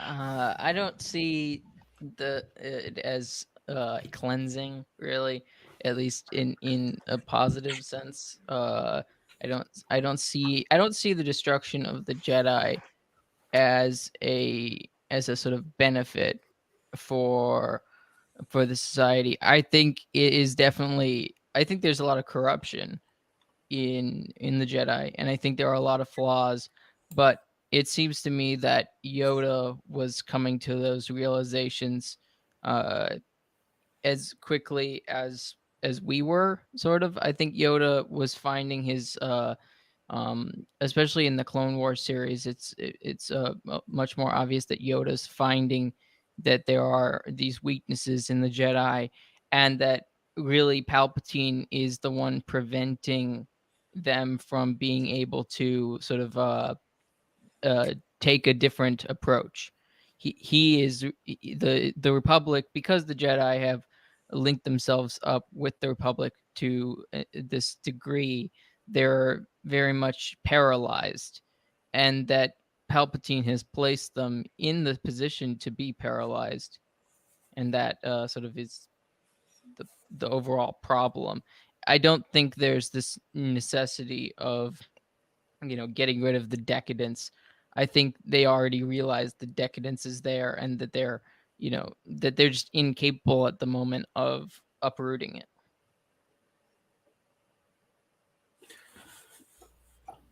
I think there was sort of a weakness within the Jedi Order in general, not from the 1,000-year peace between the Sith and the Sith falling and the fall of the Republic, kind of put them in a state where they weren't prepared for the machinations of Palpatine to the degree they weren't expecting it from the inside of the Republic that had never been tried before. I don't think they're villains or a lot of people, especially on the left, it must be said, they kind of have this idea that they link the Jedi with the idea of organized religion, right? Organized religion is bad and all this.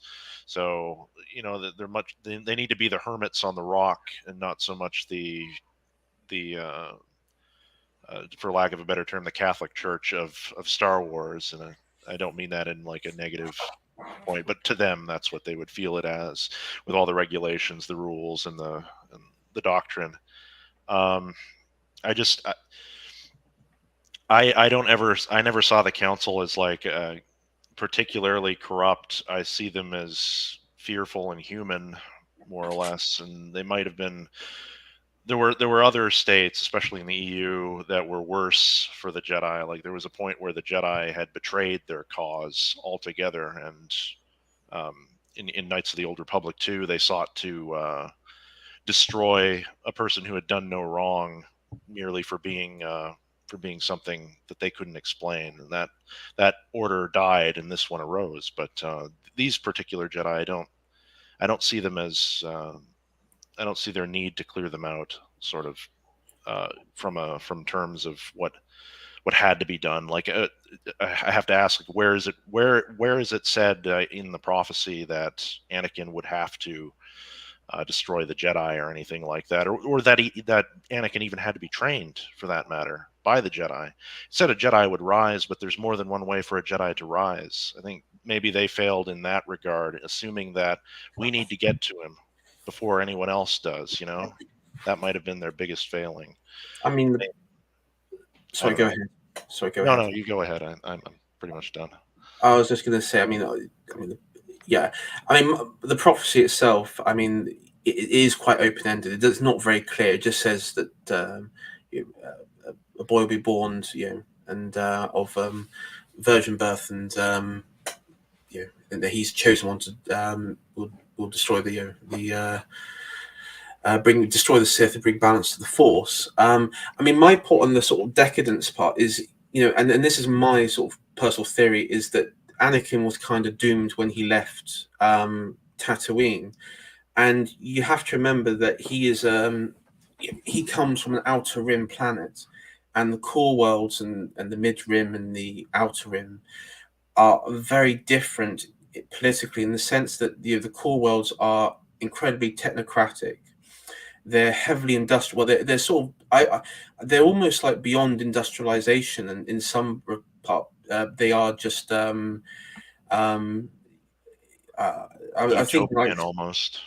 Yeah, metropolitan. In Spengler, you have like the sort of like the end part of civilization is the city state. The end part of the civilization is the city state, and sort of Coruscant represents that. And I do think back into Anakin, when he's in the comic, when Palpatine takes him into the underbelly of the under levels of Coruscant, he sees all this decadence and everything. But we see it a lot in Attack of the Clones, when he's chasing that bounty hunter, and they go into this nightclub. And I don't know if this was deliberate at all, but there's kind of like this visible disgust on Anakin's face, or when he's like looking for the bounty hunter, he's kind of like, you have all these sort of promiscuous women sort of like looking at him. You have all this sort of, this sort of like Soho atmosphere, and he's sort of disgusted by it, and Anakin himself, he understands that I think that this is the sort of rot that I was sort of referencing. And the problem is, while the Jedi are not, they're not the ones who are down there promoting a sort of liberal society in the core worlds, but they are the problem is, and I think this is what that this was the Sith perspective, is that to save the galaxy from that sort of style of decadence, you have to wipe out the Jedi, because they're the ones that ultimately hold. They ultimately do hold immense power in the Republic, even if they don't have that control in the Senate. I mean, Palpatine. The reason why, I mean, Order 66 was, again, it was created. The whole plan was with Brown Plagueis and Palpatine. It was meant, though, that it was changed over time when Plagueis was killed by Palpatine. But yeah, there was. I think that the rationale behind, and also I think is Anakin. He saw the corruption, and even Padme saw it. There's that scene in Revenge of the Sith where she says, maybe we're on the wrong side of this. What if we are the very evil that we thought we were fighting? And so I think there is just the sort of visible, the sort of peak Republic phase. It is slipping away. And I do think what's quite interesting is the scene where you have the march on the temple and this sort of major event where the Republic that stood for over 1,000. Well, I mean, you could go tens of thousands of years. Is just sort of steamrolled overnight, and you have all the traffic and all people on Coruscant just going about their lives, and they don't know anything about it. And I always thought, watching that's kind of amazing, because it's like it's almost like the death of this this democracy. It's just like nobody even noticed it, which is quite telling given of the state of this Republic was in. Yeah, I just think what's the alternative, I guess, would be the question. Like under the Sith, I suppose none of this decadence in the Republic really disappears. I mean, you might say it goes further underground for a while. If the Sith could enforce their will and destroy all criminal elements and everything that perhaps Anakin might be fond of, they would do it. But on the reality of it, they don't have the manpower for that, and the Republic didn't have the manpower for that. And that's even with sort of a populace that was more favored to it, I suppose, because as far as Palpatine goes, I think he made some changes, but still lots of smuggling, lots of illegal activity. Yeah, I just wanted to add that. I don't know. My criticism was more aimed at like the Jedi specifically, insofar as they needed to be cleared out. I don't think so. The Republic, yeah, there's arguments that could be made that there was decadence and decline. I think as well. Go ahead, Shah. I was just on the final point. I think the reason why I said they needed, from Palpatine's perspective, they needed to be clear out was because they ultimately were. If you wanted to get rid of the Republic, the Jedi wouldn't they wouldn't go quietly, basically. So that's why something had to be done. It's kind of like because the Jedi are kind of like, if you're in Rome, imagine like the Praetorian Guard. They're that permanent sort of position where if you want anything done, if you want to have if you're any senator or any that is high profile or something, you need to have that sort of contact with the Jedi, with the Praetorian Guard.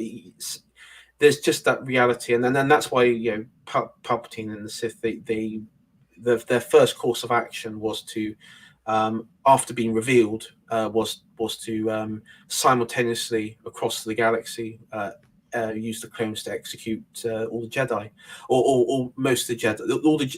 I think originally it was the core Jedi Masters that they had to get rid of, and then it was march on the temple and wipe out the Jedi who were there as well. I think could be found. Yes, yeah, and I think you're right with regards to Palpatine. I think that's very much you could see that as part of his motivation, and I think it is to some extent for Anakin. But um, I think the real imposition of will on Anakin's part is placing his love for Padme above not just the Jedi Code, but the prophecy itself as well. Because when he stops Windu from killing Palpatine, that's a deliberate. It's a seeming deliberate prevention of what Anakin himself is supposed to be doing, which is ending the Sith. And so, I think this is particularly brought out with comparison with Siegfried in the opera of that name by Richard Wagner.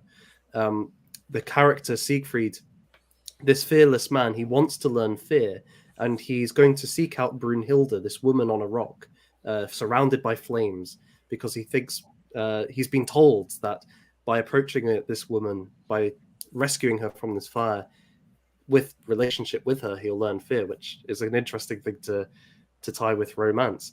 But barring his way is Wotan, or Woden, and his spear, which holds the treatises which uphold his government and power over the whole cosmos.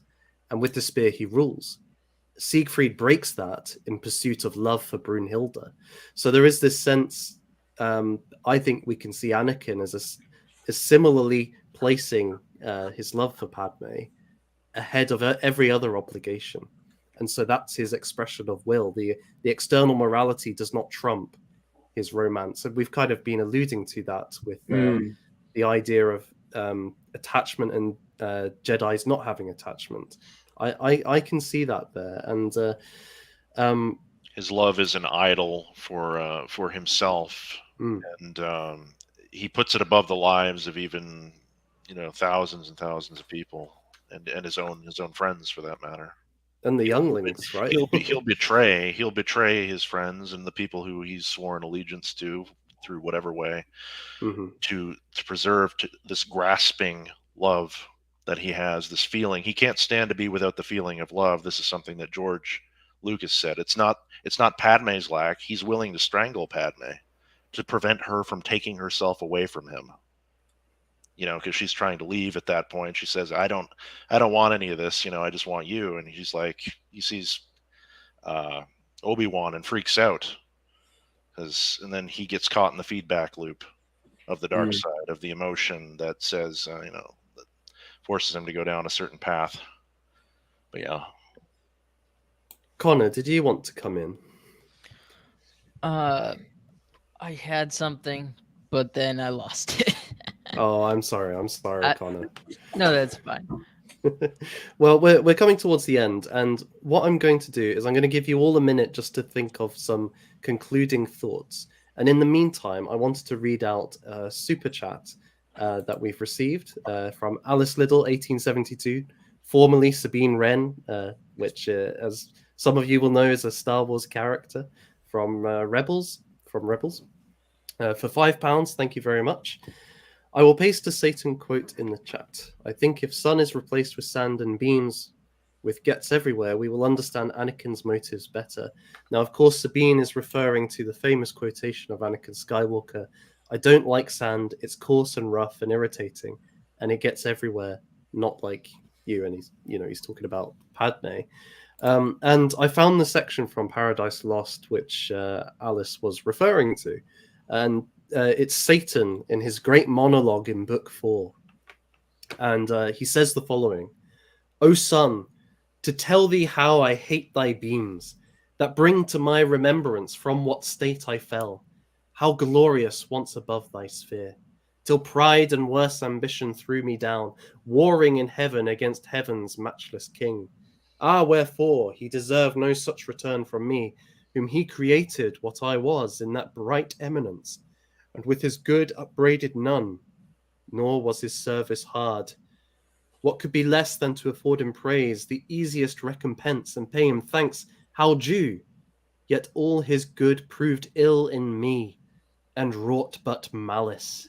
Lifted up so high, I esteemed subjection, and thought one step higher would set me highest. and in a moment quit the debt immense of endless gratitude, so burthensome, still paying, still to our. And so goes on. I mean, everybody should have a read of this wonderful poem by Milton. But I do see what Alice is saying there, that the guilt Anakin must have felt between the tension of the Jedi code and his own love, his fall from this kind, compassionate young boy to this malicious man who will think nothing of other people to get his way. I could see the comparison very much there. So thank you very much, Alice. That was a very insightful super chat.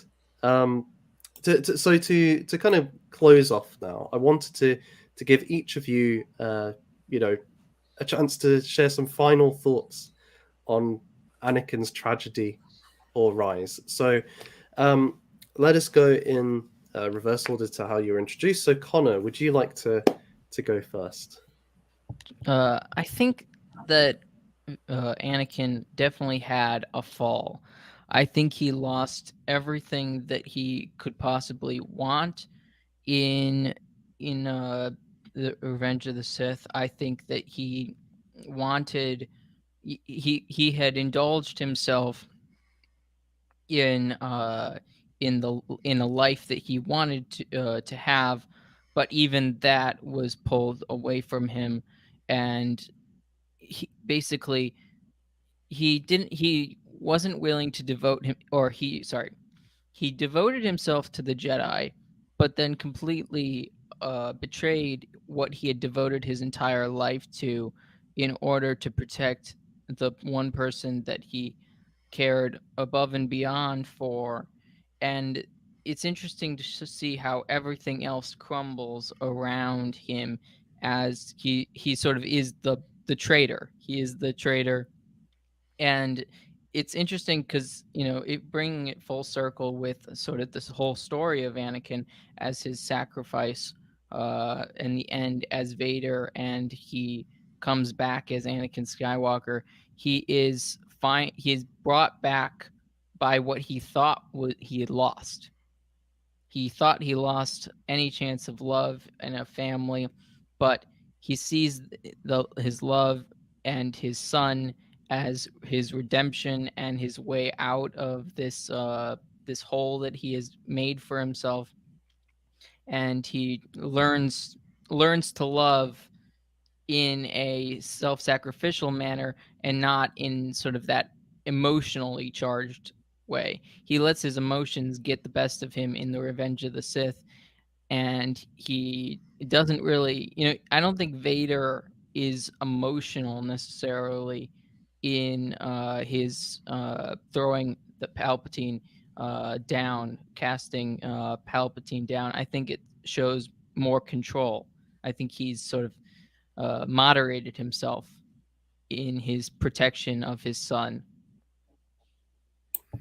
Thank you, Connor. That was beautifully put. Really beautiful. Ragnarok, any final thoughts? I pretty much agree with all of that.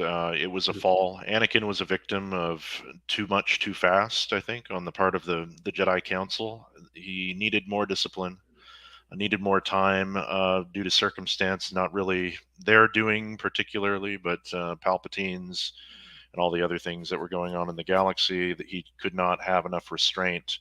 And it was great to see at the end of Return of the Jedi, to see him finally let go of that grasping, self-centered need for affection, and just to let Jesus take the wheel and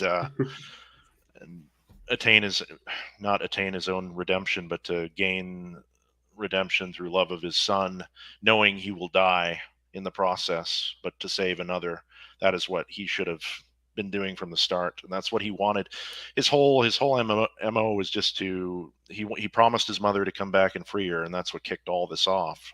I'll come back and free you, I think he said to her before he left. And he started. It's the best of intentions, but it didn't work out for him. Well, at least not in the way it should have. So yeah, that's pretty much it. Thank you, Ragnarok. Thank you. And Shaitori. Yeah, so I think ultimately Anakin was searching for, I mean, for him, family was what he wanted more than anything else. I think for him, above even beyond his own powers and prophecy, it was family. It was his wife and children. That was the happiest point for him in his mind. I think I think it ultimately was a tragedy. Because he made a pact with the devil, because he couldn't, his fear of loss, of accepting maybe the nature, the fact that death and life is natural, it's a cycle, and he used his position as a prophetic figure to try and conquer the life and death, that he could influence it in that way. And I think that was tragic. And the tragedy is the Greek tragedy. This element that I referenced at the start of the stream was that he didn't. We all root for him because what he's doing, from a morality point of view, saving his mother from slavery, trying to save his wife, it's the right thing to do. But the problem is, to do it, he has to commit evil, which he does, and so I think that is a tragedy, because his obsession with saving her is what ultimately undoes him. But at the same time, he is redeemed, and he does destroy the Sith, destroy Palpatine, and bring balance. But I think for him, ultimately, it was the tragedy is that he never got the family that he deserved. Yeah, and thank you very much, Shaitori, and thank you all three of you, because I think we've had a really rich discussion, and we've explored a lot of the different aspects of Anakin's character and circumstances, and the ambiguities within them all, and also some of the tensions, and the ways that he was both a victim of circumstance and of his own character. And I think that's a really interesting kind of combination for a tragic figure. Next week, there is no stream on the Tuesday. It's Valentine's Day. And so, like Anakin, you should all be going out seeking affairs with famous political women. But on Sunday the 12th, this Sunday, there will be a stream with Pharaoh, with Lady of Shalott, and with Plantagenet. And we are going to be discussing John Ruskin and William Morris and their counterculture to Victorian industrialization. So that will be really good. So check it out this Sunday. It should be a link on the channel already. Thank you once again to my guests for a really excellent discussion. Thank you to everybody who's watched and commented, and please hit like and subscribe. It makes a big difference. Till next time, God bless you all. Have a good night.